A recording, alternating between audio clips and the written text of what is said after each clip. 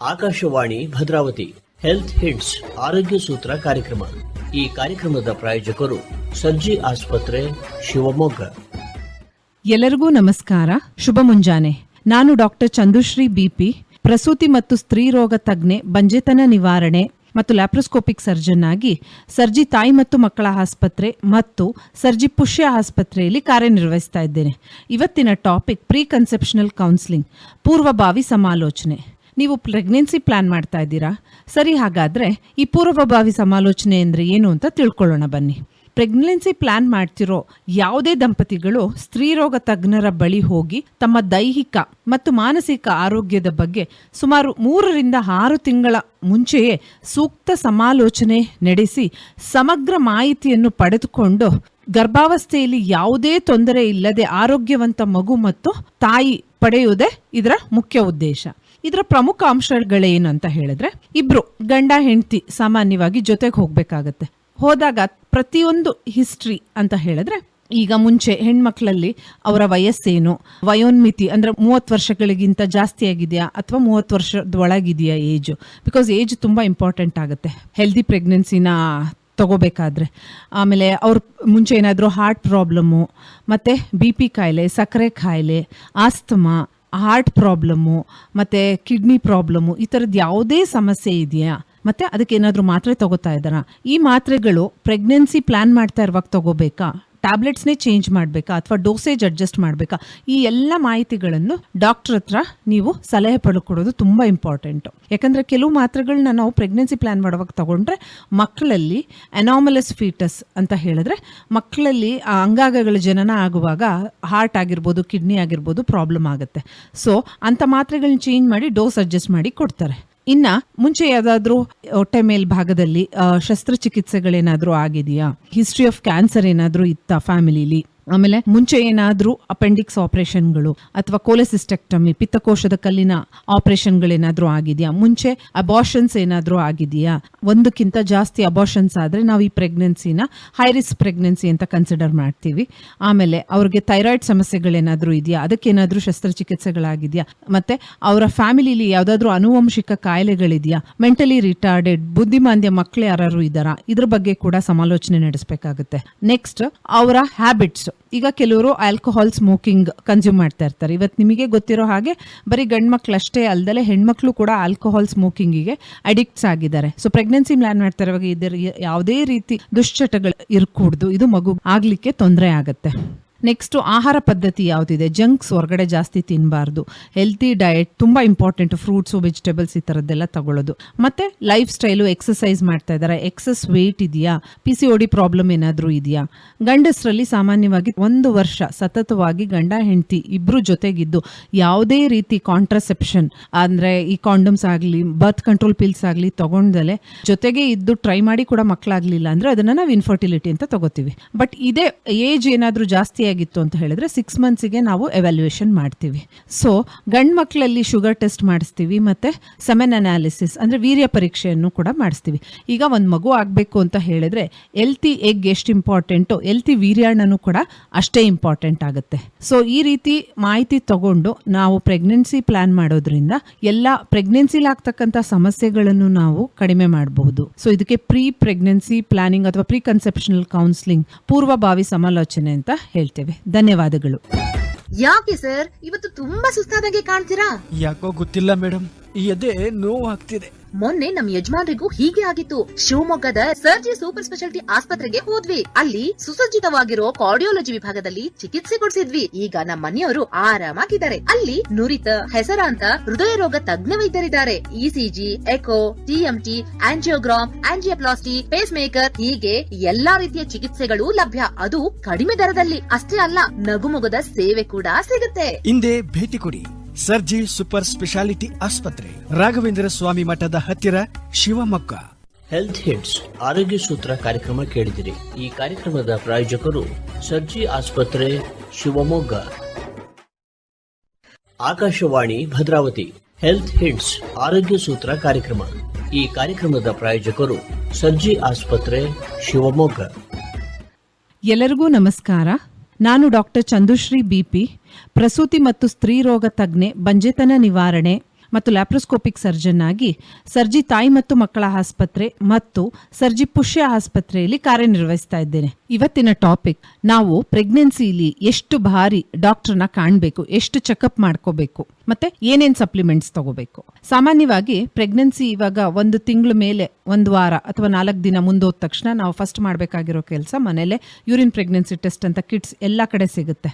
So ಆ ಕಿಟ್ನ ತಗೊಂಡ್ಬಂದು urine ಅನ್ನ 1-2-3 ಡ್ರಾಪ್ ಹಾಕಿದಾಗ ನಮಗೆ ಒಂದೇ ಲೈನ್ ಬಂತು ಅಂದ್ರೆ ಪ್ರೆಗ್ನೆನ್ಸಿ ಇಲ್ಲ ಅಂತ, 2 ಕೆಂಪು ಲೈನ್ಗಳು ಬಂತು ಅಂತ ಹೇಳಿದ್ರೆ ಪ್ರೆಗ್ನೆನ್ಸಿ ಪಾಸಿಟಿವ್ ಅಂತ ಹೇಳ್ಬಿಟ್ಟು. ಸೊ ಪ್ರೆಗ್ನೆನ್ಸಿ ಪಾಸಿಟಿವ್ ಅಂದ ತಕ್ಷಣ ಖುಷಿಯಾಗಿ ಮನೇಲೇ ಇರೋದಲ್ಲ, ತಕ್ಷಣ ಡಾಕ್ಟರ್ ಹತ್ರ ಹೋಗ್ಬಿಟ್ಟು ಅಲ್ಲಿ ಅವರು ಡಾಕ್ಟರ್ ಒಂದು ಸ್ಕ್ಯಾನ್ ಬರ್ಕೊಡ್ತಾರೆ. ಸ್ಕ್ಯಾನ್ ಯಾಕೆ ಇಂಪಾರ್ಟೆಂಟು?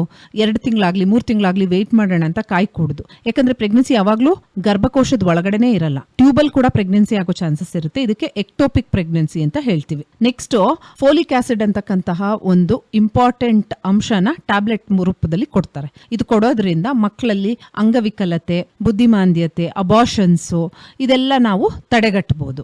ಸೊ ಫಸ್ಟ್ ಆಕ್ಚುಲಿ ಇದನ್ನ ಪ್ರೀ ಪ್ರೆಗ್ನೆನ್ಸಿ ಇಂದನೇ ಸ್ಟಾರ್ಟ್ ಮಾಡಬೇಕಾಗುತ್ತೆ.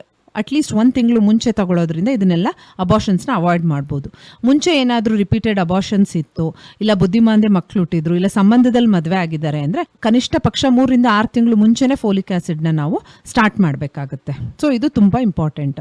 ನೆಕ್ಸ್ಟ್ ಇದು ಸ್ಕ್ಯಾನಿಗೆ ಡೇಟಿಂಗ್ ಸ್ಕ್ಯಾನ್ ಅಂತ ಹೇಳ್ತೀವಿ. ಇಲ್ಲಿ ಪ್ರೆಗ್ನೆನ್ಸಿ ಎಲ್ಲಿದೆ, ಹಾರ್ಟ್ ಬೀಟ್ ಬಂದಿದೆಯಾ, 1 ಪ್ರೆಗ್ನೆನ್ಸಿ ಇದೆಯಾ, ಇಲ್ಲ ಮಲ್ಟಿಪಲ್ ಪ್ರೆಗ್ನೆನ್ಸಿ ಇದೆಯಾ ಅಂತ ಗೊತ್ತಾಗ್ಲಿಕ್ಕೆ ಹೆಲ್ಪ್ ಮಾಡುತ್ತೆ. ಆಮೇಲೆ ಪ್ರೆಗ್ನೆನ್ಸಿನ ನಾವು ಹೈ ರಿಸ್ಕ್ ಪ್ರೆಗ್ನೆನ್ಸಿ ಮತ್ತೆ ಲೋ ರಿಸ್ಕ್ ಪ್ರೆಗ್ನೆನ್ಸಿ ಅಂತ ಡಿವೈಡ್ ಮಾಡ್ಕೊಂಡು, ಸಪೋಸ್ ಹಾರ್ಟ್ ಬೀಟ್ ಏನು ಬಂದಿಲ್ಲ ಅಂತ ಹೇಳಿದ್ರೆ ರಿಪೀಟ್ ಆಗಿ ಮತ್ತೆ ಸ್ಕ್ಯಾನ್ ನ ಬರ್ಕೊಡ್ತೀವಿ 1 ವಾರ ಅಥವಾ 2 ವಾರ ಬಿಟ್ಬಿಟ್ಟು. ಆವಾಗ ಹಾರ್ಟ್ ಬೀಟ್ ಬಂದಿದೆಯಾ ಇಲ್ವಾ ನೋಡ್ತೀವಿ. ಸೊ ಇದು ಡೇಟಿಂಗ್ ಸ್ಕ್ಯಾನ್ ನ ಇಂಪಾರ್ಟೆನ್ಸ್. ಇದಲ್ದಲೆ ಗರ್ಭಕೋಶದಲ್ಲಿ ಈಗಾಗಲೇ ಮುಂಚಿತವಾಗಿ ಏನಾದ್ರೂ ಫೈಬ್ರಾಯ್ಡ್, ಅಡಿನೋಮಯೋಸಿಸ್ ಅಂತ ಹೇಳ್ತೀವಿ, ಅಂದ್ರೆ ಗೆಡ್ಡೆಗಳು, ಕ್ಯಾನ್ಸರ್ ಗೆಡ್ಡೆಗಳೇ ಇರಬೇಕು ಅಂತಿಲ್ಲ, ಕ್ಯಾನ್ಸರ್ ಅಲ್ಲದೆ ಇರ್ತಕ್ಕಂತಹ ಗೆಡ್ಡೆಗಳು ಕೆಲವಿರ್ತವೆ. ಅದಿದೆಯಾ, ಅದು ಎಷ್ಟು ಸೈಜ್ ಇದೆ, ಎಲ್ಲಿದೆ, ಅದೇನಾದ್ರೂ ಪ್ರೆಗ್ನೆನ್ಸಿಗೆ ತೊಂದರೆ ಮಾಡುತ್ತಾ. ಮತ್ತೆ ಯೂಟ್ರಸ್ ಅಲ್ಲೇ ಕೆಲವು ಅನಾಮಲೀಸ್ ಇರುತ್ತೆ, ಬೈಕಾರ್ನಿಯೇಟ್ ಯೂಟ್ರಸ್, ಸೆಪ್ಟೇಟ್ ಯೂಟ್ರಸ್ ಅಂತ. ಸೊ ಅದನ್ನೆಲ್ಲ ತಿಳ್ಕೊಳ್ಳಿಕ್ಕೆ ಹೆಲ್ಪ್ ಮಾಡುತ್ತೆ. ಮತ್ತೆ ಅಂಡಾಶಯದಲ್ಲಿ ಏನಾದ್ರೂ ನೀರ್ಗುಳ್ಳೆಗಳು, ಸಿಸ್ಟ್ಸ್ ಅಂತ ಹೇಳ್ತೀವಿ, ಅದು ಮುಂಚಿತವಾಗಿ ಸೈಜ್ ಇದೆಯಾ, ಎಷ್ಟಿದೆ ಸೈಜು, ಅದು ಪ್ರೆಗ್ನೆನ್ಸಿಲಿ ಏನಾದ್ರೂ ತೊಂದರೆ ಮಾಡುತ್ತಾ, ಈ ತರದ್ದೆಲ್ಲ ಡೀಟೇಲ್ಸ್ನ ನಮಗೆ ಡೇಟಿಂಗ್ ಸ್ಕ್ಯಾನ್ ಕೊಡುತ್ತೆ. ನೆಕ್ಸ್ಟ್ ಸ್ಕ್ಯಾನ್ ಬಂದ್ಬಿಟ್ಟು 3 ತಿಂಗಳಲ್ಲಿ ನಾವು ಚೆಕಪ್ಗೆ, ಇಲ್ಲಿವರೆಗೂ ತಿಂಗಳಿಗೆ ಒಂದ್ಸರಿ ಚೆಕಪ್, ಯೂಶಲಿ ನಾವು 28 ವಾರದವರೆಗೂ ತಿಂಗಳಿಗೆ ಒಂದ್ಸರಿ ಚೆಕಪ್ಗೆ ಬರಕ್ ಹೇಳ್ತೀವಿ. ಆ ಮಧ್ಯದಲ್ಲಿ 3 ತಿಂಗಳು ಅಂದ್ರೆ 12ರಿಂದ 14 ವಾರದಲ್ಲಿ ನಾವು ಒಂದು ಸ್ಕ್ಯಾನಿಂಗ್ ಮಾಡ್ತೀವಿ. ಅದಕ್ಕೆ NT ಸ್ಕ್ಯಾನ್ ಅಂತ ಹೇಳ್ತೀವಿ. ಏನು ಕುತ್ತಿಗೆ ಭಾಗದಲ್ಲಿ ಇರ್ತಕ್ಕಂತಹ ಒಂದು ನೀರಿನ ಅಂಶದ ಥಿಕ್ನೆಸ್ ನ ನೋಡ್ಲಿಕ್ಕೆ ನಾವು ಇದನ್ನ ಯೂಸ್ ಮಾಡ್ತೀವಿ. ಇದು ಒಂದು ಜೆನೆಟಿಕ್ ಮಾರ್ಕರ್. ನಮ್ಮಲ್ಲಿ ಮಗು ಏನಾದ್ರು ನ್ಯೂನ್ಯತೆ, abnormalities, Down syndrome, cri du chat syndrome, Edward syndrome ಇದನ್ನ ಗೊತ್ತಾಗ್ಲಿಕ್ಕೆ ಹೆಲ್ಪ್ ಮಾಡುತ್ತೆ. ಮತ್ತೆ ಅಂಗಾಂಗಗಳು ಕರೆಕ್ಟ್ ಆಗಿದೆಯಾ ಅನ್ನೋ ಒಂದು ಮೈನರ್ ನಮಗೆ ಒಂದು ಮಾಹಿತಿನ ತಿಳಿಸುತ್ತೆ. ಆಮೇಲೆ ಇದರಲ್ಲಿ ಡಾಪ್ಲರ್ ಅಂತ ಮಾಡ್ತೀವಿ, ಯುಟ್ರನಾಟ್ರಿ ಡಾಪ್ಲರ್. ಇದೇನಾದ್ರೂ ಅದರಲ್ಲಿ ರೆಸಿಸ್ಟೆನ್ಸ್ ಜಾಸ್ತಿ ಇತ್ತು ಅಂದ್ರೆ ಮುಂದೆ ಪೇಷಂಟಿಗೆ BP ಬರ್ತಕ್ಕಂಥ ಚಾನ್ಸಸ್ ಜಾಸ್ತಿ ಇದೆ ಅಂತಕ್ಕಂಥದ್ದು ನಮಗೆ ಇದ್ರಲ್ಲಿ ಗೊತ್ತಾಗುತ್ತೆ. ನೆಕ್ಸ್ಟ್ ಬರ್ತಕ್ಕಂಥದ್ದು 5 ತಿಂಗಳಲ್ಲಿ ಬರ್ತಕ್ಕಂಥ ಸ್ಕ್ಯಾನು ಅನಾಮಲಿ ಸ್ಕ್ಯಾನ್ ಅಥವಾ ಟಾರ್ಗೆಟೆಡ್ ಸ್ಕ್ಯಾನ್ ಅಂತ ಹೇಳ್ತೀವಿ. ಇದನ್ನು ಸಾಮಾನ್ಯ 18ರಿಂದ 20 ವಾರಗಳಲ್ಲಿ ಮಾಡ್ತೀವಿ. ಇದು ಏನಕ್ಕೆ ಮಾಡ್ತೀವಿ ಅಂತ ಹೇಳಿದ್ರೆ ಮಗುವಿನ ಹಾರ್ಟ್, ಕಿಡ್ನಿ, ಲಂಗ್ಸ್, ಪ್ರತಿಯೊಂದು ಬ್ರೈನ್ ಡೆವಲಪ್ಮೆಂಟ್ ಹೆಂಗಿದೆ, ಹಲವಾರು ಅಬ್ನಾರ್ಮಾಲಿಟೀಸ್ನ ಕಂಡುಹಿಡಿಯೋಕ್ಕೆ ಈ ಸ್ಕ್ಯಾನ್ ನಮಗೆ ತುಂಬಾ ಹೆಲ್ಪ್ ಮಾಡುತ್ತೆ. ಇದು ತುಂಬಾ ಇಂಪಾರ್ಟೆಂಟ್ ಸ್ಕ್ಯಾನ್. ಮತ್ತೆ ಇದರಲ್ಲಿ ಸರ್ವೈಕಲ್ ಲೆಂತ್ ಕೂಡ ನೋಡ್ತೀವಿ. ಆಮೇಲೆ ನೆಕ್ಸ್ಟ್ 23 ವಾರದವರೆಗೂ ಫೀಟಲ್ ಎಕೋ ಅಂತ ಮಾಡ್ತೀವಿ. ಇದು ಡಿಟೇಲ್ ಆಗಿ ಹಾರ್ಟ್ ಅಲ್ಲಿ ಏನಾದ್ರು ಹೋಲ್ ಇದೆಯಾ, VSD, ASD ಅಂತ ಹೇಳ್ತೀವಿ. ಇದಕ್ಕೆ ventricular septal defect, atrial septal defect, ಆಮೇಲೆ ಏನಾದ್ರೂ ಬೇರೆ ತರಹದ ಕಾರ್ಡಿಯಾಕ್ ಅನಾಮಲೀಸ್ ಇದೆಯಾ ಅಂತ ಹೇಳಿ ನೋಡಿ, ಟೆಟ್ರಾಲಜಿ ಆಫ್ ಫ್ಯಾಲೆಟ್, ಈ ತರದನ್ನ ಹೆಲ್ಪ್ ಮಾಡುತ್ತೆ. Next growth scans. 7 ತಿಂಗಳ ನಂತರ ನಾವು ಗ್ರೋತ್ ಸ್ಕ್ಯಾನ್ಸ್ ನ ಮಾಡೋದ್ರಿಂದ ಏನಾಗುತ್ತೆ, ಮಗು ಗ್ರೋತ್ ಹೆಂಗಿದೆ, ಮಗು ಸುತ್ತ ನೀರ್ ಹೆಂಗಿದೆ, ವೆಯ್ಟ್ ಹೆಂಗಿದೆ, ಪ್ಲಾಸೆಂಟಾ ಅಂದ್ರೆ ಕಸ ಎಲ್ಲಿ ಅದು ಅಟ್ಯಾಚ್ ಆಗಿದೆ, ಕೆಳಗಿದೆಯಾ, ಮೇಲಿದೆಯಾ, ಮಗು ಗ್ರೋತ್ ಯಾವ ತರ ಇದೆ ಅಂತ ಮಾನಿಟರಿಂಗ್ ಹೆಲ್ಪ್ ಮಾಡುತ್ತೆ. ಸಪೋಸ್ ಪೇಷಂಟ್ಸ್ಗೆ ಏನಾದ್ರು BP, ಸಕ್ಕರೆ ಕಾಯಿಲೆ, ಮತ್ತೆ ಬೇರೆ ಏನಾದ್ರು ಥೈರಾಯ್ಡ್ ಪ್ರಾಬ್ಲಮ್ ಈ ತರ ಏನಾದ್ರು ಇದ್ರೆ ಈ ಗ್ರೋತ್ ಸ್ಕ್ಯಾನ್ಸ್ ನ ಎವ್ರಿ 3 ವೀಕ್ಸ್ ಒನ್ಸ್ ನಾವು ಬರ್ಲಿಕ್ಕೆ ಹೇಳ್ತೀವಿ. ಯಾಕಪ್ಪ ಈ ಡಾಕ್ಟರು ಸ್ಕ್ಯಾನ್ಸ್ ನ ಜಾಸ್ತಿ ಕೊಡ್ತಾರೆ ಅಂತ ಗಾಬರಿ ಆಗ್ಬೇಡಿ. ರಿಸ್ಕ್ ಇದ್ದಾಗ ನಂಬರ್ ಆಫ್ ಸ್ಕ್ಯಾನ್ಸ್ ಜಾಸ್ತಿ ಆಗುತ್ತೆ. ನಂಬರ್ ಆಫ್ ಸ್ಕ್ಯಾನ್ಸ್ ಜಾಸ್ತಿ ಆಗೋದ್ರಿಂದ ನಿಮ್ಮ ಮಗುಗೆ ಯಾವುದೇ ರೀತಿ ಸ್ಕ್ಯಾನ್ ಇಂದ ತೊಂದರೆ ಆಗಲ್ಲ. ಧನ್ಯವಾದಗಳು. ಏನ್ ರಾಮಪ್ಪ, ಹೇಗಿದ್ದೀಯಾ? ಚಂದ್ರಣ್ಣ, ಮಂಡಿ ನೋವಿನಿಂದ ಸಾಕಾಗಿ ಹೋಗಿದೆ. 1 ವರ್ಷದ ಹಿಂದೆ ನಾನು ಇಂಥದೇ ಗೋಳು ಅನುಭವಿಸಿದಿನಪ್ಪ. ನನ್ನ ಮಗನಿಗೆ ಅವ್ರ ಆಫೀಸ್ ನಲ್ಲಿ ಯಾರೋ ಶಿವಮೊಗ್ಗದ ಸರ್ಜಿ ಆಸ್ಪತ್ರೆಗೆ ಕರ್ಕೊಂಡು ಹೋಗಿ ಅಂತ ಹೇಳಿದ್ರಂತೆ. ಅಲ್ಲಿನ ನುರಿತ ವೈದ್ಯರ ತಂಡ, ಸಿಬ್ಬಂದಿಗಳು ಎಷ್ಟು ಚೆನ್ನಾಗಿ ಆರೈಕೆ ಮಾಡಿದ್ರು. ಅತ್ಯಾಧುನಿಕ ತಂತ್ರಜ್ಞಾನಗಳನ್ನೊಳಗೊಂಡ ಮಂಡಿ ನೋವು ಸೇರಿದಂತೆ ಕೀಲು ನೋವು, ಮೂಳೆ ಮುರಿತ, ಸ್ನಾಯು ಸೆಳೆತಕ್ಕೆ ಸಂಬಂಧಿಸಿದ ಎಲ್ಲಾ ಚಿಕಿತ್ಸೆಗಳನ್ನು ಕೈಗೆಟುಕೋ ಬೆಲೆಯಲ್ಲಿ ನೀಡ್ತಾರೆ. ಇನ್ನೊಂದು ವಿಷಯ ರಾಮಪ್ಪ, ಯೋಗ, ಧ್ಯಾನ, ಪ್ರಾಣಾಯಾಮ, ವ್ಯಾಯಾಮ ಹೀಗೆ ಮಾನಸಿಕ ನೆಮ್ಮದಿಗೆ ಬೇಕಾದಂತಹ ಎಲ್ಲಾ ಆರೋಗ್ಯ ಚಟುವಟಿಕೆಗಳ ಅಭ್ಯಾಸ ಮಾಡಿಸ್ತಾರೆ. ವೃದ್ಧರನ್ನ ಅತ್ಯಂತ ಕಾಳಜಿಯಿಂದ ನೋಡ್ಕೊಳ್ಳೋ ಏಕೈಕ ಆಸ್ಪತ್ರೆ ಅಂದ್ರೆ ಅದು ನಮ್ಮ ಸರ್ಜಿ ಆಸ್ಪತ್ರೆ. ಹೆಲ್ತ್ ಹಿಟ್ಸ್ ಆರೋಗ್ಯ ಸೂತ್ರ ಕಾರ್ಯಕ್ರಮ ಕೇಳಿದಿರಿ. ಈ ಕಾರ್ಯಕ್ರಮದ ಪ್ರಾಯೋಜಕರು ಸರ್ಜಿ ಆಸ್ಪತ್ರೆ, ಶಿವಮೊಗ್ಗ. ಆಕಾಶವಾಣಿ ಭದ್ರಾವತಿ. ಹೆಲ್ತ್ ಹಿಟ್ಸ್ ಆರೋಗ್ಯ ಸೂತ್ರ ಕಾರ್ಯಕ್ರಮ. ಈ ಕಾರ್ಯಕ್ರಮದ ಪ್ರಾಯೋಜಕರು ಸರ್ಜಿ ಆಸ್ಪತ್ರೆ, ಶಿವಮೊಗ್ಗ. ಎಲ್ಲರಿಗೂ ನಮಸ್ಕಾರ. ನಾನು ಡಾಕ್ಟರ್ ಚಂದುಶ್ರೀ ಬಿಪಿ, ಪ್ರಸೂತಿ ಮತ್ತು ಸ್ತ್ರೀ ರೋಗ ತಜ್ಞೆ, ಬಂಜೆತನ ನಿವಾರಣೆ ಮತ್ತು ಲ್ಯಾಪ್ರೋಸ್ಕೋಪಿಕ್ ಸರ್ಜನ್ ಆಗಿ ಸರ್ಜಿ ತಾಯಿ ಮತ್ತು ಮಕ್ಕಳ ಆಸ್ಪತ್ರೆ ಮತ್ತು ಸರ್ಜಿ ಪುಷ್ಯ ಆಸ್ಪತ್ರೆಯಲ್ಲಿ ಕಾರ್ಯನಿರ್ವಹಿಸ್ತಾ ಇದ್ದೇನೆ. ಇವತ್ತಿನ ವಿಷಯ ಬಾಣಿಂತನ. ಈ ಬಾಣಿಂತನ ಅಂತಕ್ಕಂಥದ್ದು ಎಷ್ಟು ಒಂದು ಪುರಾತನವಾದ ಒಂದು ಮಹತ್ವ ಪಡ್ಕೊಂಡಿದೆ ಅಂತ ಹೇಳಿದ್ರೆ, ಒಬ್ಬೊಬ್ರು ಮನೆಯಲ್ಲೂ ಒಬ್ಬೊಬ್ರು ಹಿರಿಯರು ಒಂದೊಂದು ಹೇಳ್ತಾರೆ. ನಾನು ಯಾವ್ದನ್ನ ಪಾಲಿಸ್ಬೇಕು, ಡಾಕ್ಟರ್ ಹೇಳೋದನ್ನ ಪಾಲಿಸ್ಬೇಕಾ, ನಮ್ಮ ತಾಯಿ ಹೇಳೋದನ್ನ ಕೇಳ್ಬೇಕಾ, ನಮ್ಮ ಅಜ್ಜಿ ಹೇಳೋದನ್ನ ಕೇಳ್ಬೇಕಾ? ಈ ಒಂದು ಕ್ವೆಶನ್ಗೆ ನಾನು ಡೆಲಿವರಿ ಆದ್ಮೇಲೆ ನನ್ನ ಪೇಷಂಟ್ಸ್ಗೆ ಎಲ್ಲರಿಗೂ ನಾ ಹೇಳೋದು ಇಷ್ಟೇ. ಬಾಣಿಂತನ ಅಂತಕ್ಕಂಥದ್ದು ಅಥವಾ ಬಾಣಂತಿ ಇದೊಂದು ಅವಧಿ. ಇದು ಒಂದು 6 ರಿಂದ 8 ವಾರಗಳ ತನಕ ಇದು ನಮ್ಮ ದೇಹವನ್ನ ಮುಂಚಿನ ರೀತಿ ಅಂದ್ರೆ ಪ್ರೆಗ್ನೆನ್ಸಿ ಆದ ನಂತರ ಮರುಕಳಿಸಕ್ಕೆ ಹೆಲ್ಪ್ ಮಾಡುತ್ತೆ. ಆ ಅವಧಿ ತುಂಬಾ ಇಂಪಾರ್ಟೆಂಟ್ ಅವಧಿ, 6 ರಿಂದ 8 ವಾರ. ಇದಕ್ಕೆ ಬಾಣಂತಿ ಅವಧಿ ಅಂತ ಹೇಳ್ತೀವಿ. ಈ ಅವಧಿ ತುಂಬಾ ಇಂಪಾರ್ಟೆಂಟ್, ಯಾಕಂದ್ರೆ ನಮ್ಮ ದೇಹ ಇಮ್ಯುನಿಟಿ ಕಡಿಮೆ ಇರುತ್ತೆ, ಮತ್ತೆ ತುಂಬಾ ಸೆನ್ಸಿಟಿವ್ ಇರ್ತೀವಿ ಮೆಂಟಲಿ, ಫಿಸಿಕಲಿ ಎಲ್ಲ. ಯಾಕಂದ್ರೆ ಒಂದು ಚೈಲ್ಡ್ಗೆ ಅಂದ್ರೆ ಇನ್ನೊಂದು ಜೀವಕ್ಕೆ ನಾವು ಪ್ರಪಂಚಕ್ಕೆ ತಂದಿರ್ತೀವಿ, ಅವಾಗ ನಮ್ಮ ಬಾಡಿಲಿ ಎಷ್ಟೋ ಚೇಂಜಸ್ ಆಗಿರುತ್ತೆ. ಆ ಚೇಂಜಸ್ ಎಲ್ಲ ಮತ್ತೆ ನಮ್ಮ ಪ್ರೀ ಪ್ರೆಗ್ನೆಂಟ್ ಸ್ಟೇಟ್ ಅಂದ್ರೆ ನಾವು ಬಸ್ರಿ ಆಗಕ್ಕಿಂತ ಮುಂಚೆ ಯಾವ ಸ್ಟೇಟಿಗೆ ಇರುತ್ತೋ ಆ ಸ್ಟೇಟಿಗೆ ಮರುಕಳಿಸ್ಲಿಕ್ಕೆ 6 ರಿಂದ 8 ವಾರ ಬೇಕಾಗತ್ತೆ. ಈ ಅವಧಿಯಲ್ಲಿ ಬಾಣಂತಿಗೆ ಮಾನಸಿಕವಾಗಿ ಸಪೋರ್ಟ್ ನೀಡೋದು ತುಂಬಾ ಇಂಪಾರ್ಟೆಂಟ್. ಮತ್ತೆ ದೈಹಿಕವಾಗಿ ಶ್ರಮ ಪಡಿಸ್ದಂಗೆ ಅವಳಿಗೆ ಮಗುಗೆ ಆರೈಕೆ ಮಾಡೋದು ಅಷ್ಟೇ ಇಂಪಾರ್ಟೆಂಟ್. ಫಸ್ಟ್ 6 to 8 ವೀಕ್ಸ್ ಏನಿದೆ ಅದು ತುಂಬಾ ಇಂಪಾರ್ಟೆಂಟ್. ಇದನ್ನ ನಾವು ಫಸ್ಟ್ 2 to 3 ಮಂತ್ಸ್ ತನಕನೂ ಇಲ್ಲಿ ಎಕ್ಸ್ಟೆಂಡ್ ಮಾಡಿಬಿಟ್ಟು ಅವಳಿಗೆ ಬೇಕಾದ ಪೌಷ್ಟಿಕವಾದ ಆಹಾರನ ಕೊಟ್ಟು, ನೀರು ಚೆನ್ನಾಗಿ ಕುಡಿಯಕ್ಕೆ ಹೇಳಿ, ಹಣ್ಣು ಚೆನ್ನಾಗಿ ತಿನ್ನಕ್ಕೆ ಹೇಳಿದ್ರೆ ಮಗುಗೆ ಹಾಲು ಚೆನ್ನಾಗಿ ಬರುತ್ತೆ. ಮತ್ತೆ ಬಾಣಿಂತನದ ಒಂದು ಮೆಂಟಲ್ ಸ್ಟ್ರೆಸ್ ಏನಿದೆ ಅದು ಕಡಿಮೆ ಆಗುತ್ತೆ. ಬಟ್ ಏನಾಗುತ್ತೆ ಇವತ್ತಿನ ದಿನ ಅಂತ ಹೇಳಿದ್ರೆ, ನೀರು ಜಾಸ್ತಿ ಕುಡಿದ್ರೆ ಮಗುವಿನ ಒಂದು ಹಾಲು ಏನಿದೆ ಅದು ನೀರಾಗತ್ತೆ. ಅದಕ್ಕೆ ನಾವು ಬೇಸಿಗೆ ಬಂದಾಗ ಮಗುಗೆ ಜಾಸ್ತಿ ಹಾಲು ಬರೀ ಕುಡ್ಸೋದಲ್ಲ, ನೀರನ್ನೂ ಹಾಕಬೇಕು. ಇದೆಲ್ಲ ತಪ್ಪು ಕಲ್ಪನೆ. ಜೇನುತುಪ್ಪ ಹಾಕಬೇಕು, ಇದು ತಪ್ಪು ಕಲ್ಪನೆ. ಸೊ ತಾಯಿ ಏನಾದ್ರೂ ಚೆನ್ನಾಗಿ ಅವಳದು ಒಂದು ಸೀಸನಲ್ ವೇರಿಯೇಷನ್ ಅಂತ ಇರುತ್ತೆ. ಈಗ ಬೇಸಿಗೆ ಬಂದಾಗ ತಾಯಿನೇ ಚೆನ್ನಾಗಿ ನೀರು ಕುಡಿದ್ರೆ ಆ ಹಾಲಿನಲ್ಲಿ ಕೂಡ ನೀರಿನ ಅಂಶ ಜಾಸ್ತಿ ಆಗುತ್ತೆ. ಅವಳು ಸೊಪ್ಪು, ತರಕಾರಿ, ಬೇಳೆ ಮತ್ತೆ ನಾನ್ ವೆಜ್ ತಿನ್ನೋರು ನಾನ್ ವೆಜ್ ತಿನ್ನೋದ್ರಿಂದ ಎಲ್ಲ ಪೌಷ್ಟಿಕ ಅಂಶಗಳು ಆ ಹಾಲಿನ ಮುಖಾಂತರ ಹೋಗುತ್ತೆ. ಇನ್ನ ಕೆಲವರು ಬರೀ ಮೆಣಸಿನ ಸಾರು ಕೊಡ್ತಾರೆ ನಮ್ಮ ಮಲೆನಾಡು ಕಡೆ, ಅದು ಕೂಡ ತಪ್ಪು. ಇದರಿಂದ ಪೈಲ್ಸು, ಹೆಮರಾಯ್ಡ್ಸು ಇದೆಲ್ಲ ಆಗುತ್ತೆ. ಆಮೇಲೆ ಅವರಿಗೆ ಒಂಥರ ಟೇಸ್ಟ್ ಇಲ್ದಲೆ ರೂಮಲ್ಲೇ ಕತ್ಲು ಕೂಡಾಕಿದ್ರೆ ಮಾನಸಿಕವಾಗಿ ಅವ್ರಿಗೆ ಖಿನ್ನತೆಗೊಳಗಾಗ್ತಾರೆ. ಈ ಬಾಣಂತಿ ಸನ್ನಿ ಅಂತ ಕೆಲವರಲ್ಲಿ ನೋಡ್ತೀವಿ. ಇದೆಲ್ಲ ಯಾಕಪ್ಪ ಆಗೋದು ಅಂತ ಹೇಳಿದ್ರೆ, ಸ್ಟ್ರೆಸ್. ಮಗು ಸರಿಯಾಗಿ ನಿದ್ದೆ ಮಾಡ್ತಾ ಇರಲ್ಲ, ರಾತ್ರಿ ಹೊತ್ತು ಎಷ್ಟೋ ಹೊತ್ತಿಗೆ ಎದ್ದೇಳ್ತಾರೆ. ಮಗು ಮಲ್ಕೊಂಡಾಗ ನಮಗೆ ನಿದ್ದೆ ಮಾಡಿ ಅಂತ ಹೇಳ್ತೀರಾ ಮೇಡಮ್, ನಮಗೆ ನಿದ್ದೆ ಬರಲ್ಲ. ಸೊ ರಾತ್ರಿ ನಿದ್ದೆನೇ ಇರಲ್ಲ, 3-4 ದಿನ, ವಾರಗಟ್ಲೆ ನಿದ್ದೆ ಇರಲ್ಲ, ನನಗೆ ಸಾಕಾಗಿ ಹೋಗ್ಬಿಟ್ಟಿದೆ. ಕೆಲವರಂತೂ ಡಿಪ್ರೆಷನ್ಗೆ ಹೋಗ್ತಾರೆ. ಡಿಪ್ರೆಷನ್ ಅಂದ್ರೆ ಖಿನ್ನತೆ. ಎಲ್ಲರಲ್ಲೂ ಅದೇ ಮಾನಸಿಕ ಶಕ್ತಿ ಇರಲ್ಲ ತಡ್ಕೊಳಕ್ಕೆ. ಸೊ ಅವಾಗ ಆ ಬರ್ತಕ್ಕಂತಹ ಒಂದು ಖಿನ್ನತೆಗೆ ಪೋಸ್ಟ್ ಪಾರ್ಟಮ್ ಡಿಪ್ರೆಷನ್ ಅಥವಾ ಬಾಣಂತಿ ಸನ್ನಿ ಅಂತ ಹೇಳ್ತೀವಿ. ಇದು ಸಿವಿಯರ್ ಫಾರ್ಮ್ ಆಫ್ ಡಿಪ್ರೆಷನ್. ಇದಕ್ಕೆ ಟ್ರೀಟ್ಮೆಂಟ್ ಬೇಕೇ ಬೇಕು, ಮಾನಸಿಕ ತಜ್ಞರ ಹತ್ರ ಕರ್ಕೊಂಡು ಹೋಗಿ. ಇದನ್ನ ಯಾರು ನೆಗ್ಲೆಕ್ಟ್ ಮಾಡ್ಕೊಡೋದು. ಇದು ಒಂದು ತಾತ್ಕಾಲಿಕವಾಗಿರುತ್ತೆ. ಕ್ರಮೇಣ ನಾವು ಸಪೋರ್ಟ್ ಮಾಡಿ ಹೆಲ್ಪರ್ಸ್ ಮಗುನ ಹತ್ತಾಗ ಕರ್ಕೊಂಡು ಸ್ವಲ್ಪ ಸಮಾಧಾನ ಮಾಡೋದ್ರಿಂದ ಇದನ್ನ ನಾವು ತಡೆಗಟ್ಟಬಹುದು. ಸಿವಿಯರ್ ಫಾರ್ಮ್ಸ್ ಅಲ್ಲಿ ಇದು ಸ್ಕಿಜೋಫ್ರೇನಿಯಾ ಆಗಿ ಕೂಡ ಟರ್ನ್ ಆಗುತ್ತೆ. ಸೊ ಇದನ್ನ ನೆಗ್ಲೆಕ್ಟ್ ಮಾಡ್ಕೊಡುದು. ಬಾಣಂತಿ ಸನ್ನಿಗೆ ಕಾರಣಗಳೇನಂತ ಹೇಳಿದ್ರೆ, ಸ್ಟ್ರೆಸ್ ಫುಲ್, ನಿದ್ದೆ ಬರಲ್ಲ ಸರಿಯಾಗಿ, ಆಮೇಲೆ ಅದನ್ನ ತಿನ್ಬೇಡ ಇದನ್ನ ತಿನ್ಬೇಡ ಅಂತಿರ್ತಾರೆ ಮನೆಯಲ್ಲಿ, ಬಿಸಿನೀರೇ ಕುಡಿಬೇಕು ಅಂತಿರ್ತಾರೆ. ಸೊ ಇವೆಲ್ಲವೂ ಒಂದು ರೀತಿ ಕಾರಣಗಳಾಗುತ್ತೆ ಆ ಒತ್ತಡಕ್ಕೆ. ಆ ಒತ್ತಡನ ಮೀರಿ ಅವರು ಹೊರಗೆ ಬರಬೇಕು. ಇದಕ್ಕೆ ಪ್ರೀ ಕನ್ಸೆಪ್ಷನಲ್ ಕೌನ್ಸಿಲಿಂಗ್ ಅಲ್ಲೂ ಒಂದು ರೌಂಡ್ ಕೌನ್ಸಿಲಿಂಗ್ ಆಗಿರಬೇಕು ಪೇಷಂಟ್ಸಿಗೆ. ಸೊ ಇದು ಬಾಣಿಂತನದಲ್ಲಿ ಕಂಡು ಬರ್ತಕ್ಕಂತಹ ಒಂದು ಸಮಸ್ಯೆ ಅಂತಾನೆ ಹೇಳ್ಬೋದು. ಇದು ಒಂದೇ ಅಲ್ಲ, ಎಷ್ಟೋ ಜನಕ್ಕೆ ಮಗುಗೆ ಹಾಲು ಕುಡ್ಸೋಕೆ ಕಷ್ಟಪಡ್ತಿರ್ತಾರೆ, ಎದೆ ತೊಟ್ಟಲ್ಲಿ ಗಾಯಗಳಾಗ್ತಾ ಇರುತ್ತೆ. ಸೊ ಅವಾಗ ಎಷ್ಟೋ ಜನಕ್ಕೆ ಆಪ್ಸಿಸ್ ಆಗುತ್ತೆ ಹಾಲು ಕಟ್ಟಿಬಿಟ್ಟು. ಸೊ ನಾನು ಹೇಳೋದಿಷ್ಟೇ, ಎಲ್ಲರೂ ಹಾಲನ್ನ ಮಗುಗೆ ಕುಡಿಸಾದ್ಮೇಲೆ ಉಳಿತಕ್ಕಂಥ ಹಾಲನ್ನ ಎದೆಯಲ್ಲಿ ಹಿಂಡಿ ತೆಗೆದು ಹಾಕೋದ್ರಿಂದ ಆಪ್ಸಿಸ್ ಫಾರ್ಮೇಷನ್ನ ಕಡಿಮೆ ಮಾಡ್ಬೋದು. ನೀರು ಚೆನ್ನಾಗಿ ಕುಡಿಯೋದ್ರಿಂದ ಯೂರಿನ್ ಇನ್ಫೆಕ್ಷನ್ನ ತಡೆಗಟ್ಬೋದು. ಮತ್ತು ಸಾಫ್ಟ್ ಮ್ಯೂಸಿಕ್ನ ಕೇಳಿ. ಆದಷ್ಟು ಮೊಬೈಲ್ಸ್ನ ಮಗು ಹತ್ರ ತೊಗೊಂಬಂದು ಯೂಸ್ ಮಾಡೋದು, ಯಾವಾಗಲೂ ಮೊಬೈಲ್ ನೋಡ್ತಾ ಇರೋದು, ಸ್ಕ್ರೋಲ್ ಮಾಡ್ತಾ ಇರೋದು ಮಾಡಬೇಡಿ. ಸೊ ದಯಮಾಡಿ ಇದನ್ನ ಪಾಲನೆ ಮಾಡಿ. ಎಲ್ಲ ಬಾಣಂತಿಯರಿಗೂ ನಂದು ಒಂದು ಸಂದೇಶ. ಧನ್ಯವಾದಗಳು. ಶಿವಮೊಗ್ಗದ ಸರ್ಜಿ ಆಸ್ಪತ್ರೆಯಲ್ಲಿ ಮೊಡವೆ, ಡ್ಯಾಂಡ್ರಫ್, ಭಂಗು, ಹುಳುಕಡ್ಡಿ, ಅಲರ್ಜಿ, ತೊನ್ನು, ಇಸುಬು, ಸರ್ಪ ಹುಣ್ಣು, ನರಗುಳ್ಳೆ ತಗ್ಸೋದು, ಹಂಗೆ ಮುಖದಲ್ಲಿರೋ ಕೂದಲು ತೆಗೆಯೋದು, ಹಿಂಗೆ ಎಲ್ಲಾ ರೀತಿಯ ಚಿಕಿತ್ಸೆ ಮಾಡ್ತಾರೆ. ಹೌದು, ಹಲವಾರು ವರ್ಷಗಳಿಂದ ಗುಣಮಟ್ಟದ ಆರೋಗ್ಯ ಸೇವೆ ನೀಡುತ್ತಾ ಬಂದಿರುವ ಸರ್ಜಿ ಆಸ್ಪತ್ರೆಯಲ್ಲಿ ಅತ್ಯಾಧುನಿಕ ತಂತ್ರಜ್ಞಾನದಿಂದ ನುರಿತ ವೈದ್ಯರ ತಂಡದಿಂದ ಕೈಗೆಟಕುವ ಬೆಲೆಯಲ್ಲಿ ನಿಮ್ಮ ಚರ್ಮ ಮತ್ತು ಸೌಂದರ್ಯ ಸಂಬಂಧಿಸಿದ ಎಲ್ಲಾ ಬಗೆಯ ಚಿಕಿತ್ಸೆ ಲಭ್ಯ. ಇಂದೇ ಭೇಟಿ ಕೊಡಿ ಸರ್ಜಿ ಸೂಪರ್ ಸ್ಪೆಷಾಲಿಟಿ ಆಸ್ಪತ್ರೆ, ರಾಘವೇಂದ್ರ ಸ್ವಾಮಿ ಮಠದ ಹತ್ತಿರ, ಶಿವಮೊಗ್ಗ. ಹೆಲ್ತ್ ಹಿಟ್ಸ್ ಆರೋಗ್ಯ ಸೂತ್ರ ಕಾರ್ಯಕ್ರಮ ಕೇಳಿದಿರಿ. ಈ ಕಾರ್ಯಕ್ರಮದ ಪ್ರಾಯೋಜಕರು ಸರ್ಜಿ ಆಸ್ಪತ್ರೆ, ಶಿವಮೊಗ್ಗ. ಆಕಾಶವಾಣಿ ಭದ್ರಾವತಿ. ಹೆಲ್ತ್ ಹಿಟ್ಸ್ ಆರೋಗ್ಯ ಸೂತ್ರ ಕಾರ್ಯಕ್ರಮ.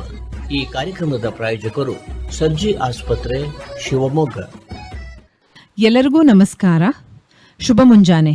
ನಾನು ಡಾಕ್ಟರ್ ಚಂದುಶ್ರೀ ಬಿಪಿ, ಪ್ರಸೂತಿ ಮತ್ತು ಸ್ತ್ರೀ ರೋಗ ತಜ್ಞೆ, ಬಂಜೆತನ ನಿವಾರಣೆ ಮತ್ತು ಲ್ಯಾಪ್ರೋಸ್ಕೋಪಿಕ್ ಸರ್ಜನ್ ಆಗಿ ಸರ್ಜಿ ತಾಯಿ ಮತ್ತು ಮಕ್ಕಳ ಆಸ್ಪತ್ರೆ ಮತ್ತು ಸರ್ಜಿ ಪುಷ್ಯ ಆಸ್ಪತ್ರೆಯಲ್ಲಿ ಕಾರ್ಯನಿರ್ವಹಿಸ್ತಾ ಇದ್ದೇನೆ. ಇವತ್ತಿನ ವಿಷಯ ಪ್ರಸವ ನಂತರದ ಗರ್ಭ ನಿರೋಧಕ, ಅಂದ್ರೆ ಪೋಸ್ಟ್ಪಾರ್ಟಮ್ ಕಾಂಟ್ರಸೆಪ್ಷನ್ ಅಂತ ಹೇಳ್ತೀವಿ. ತಾಯ್ತನ ಅಂತಕ್ಕಂಥದ್ದು ಒಂದು ಯೂನೀಕ್ ಸುಮಧುರವಾಗತಕ್ಕಂತಹ ಜರ್ನಿ.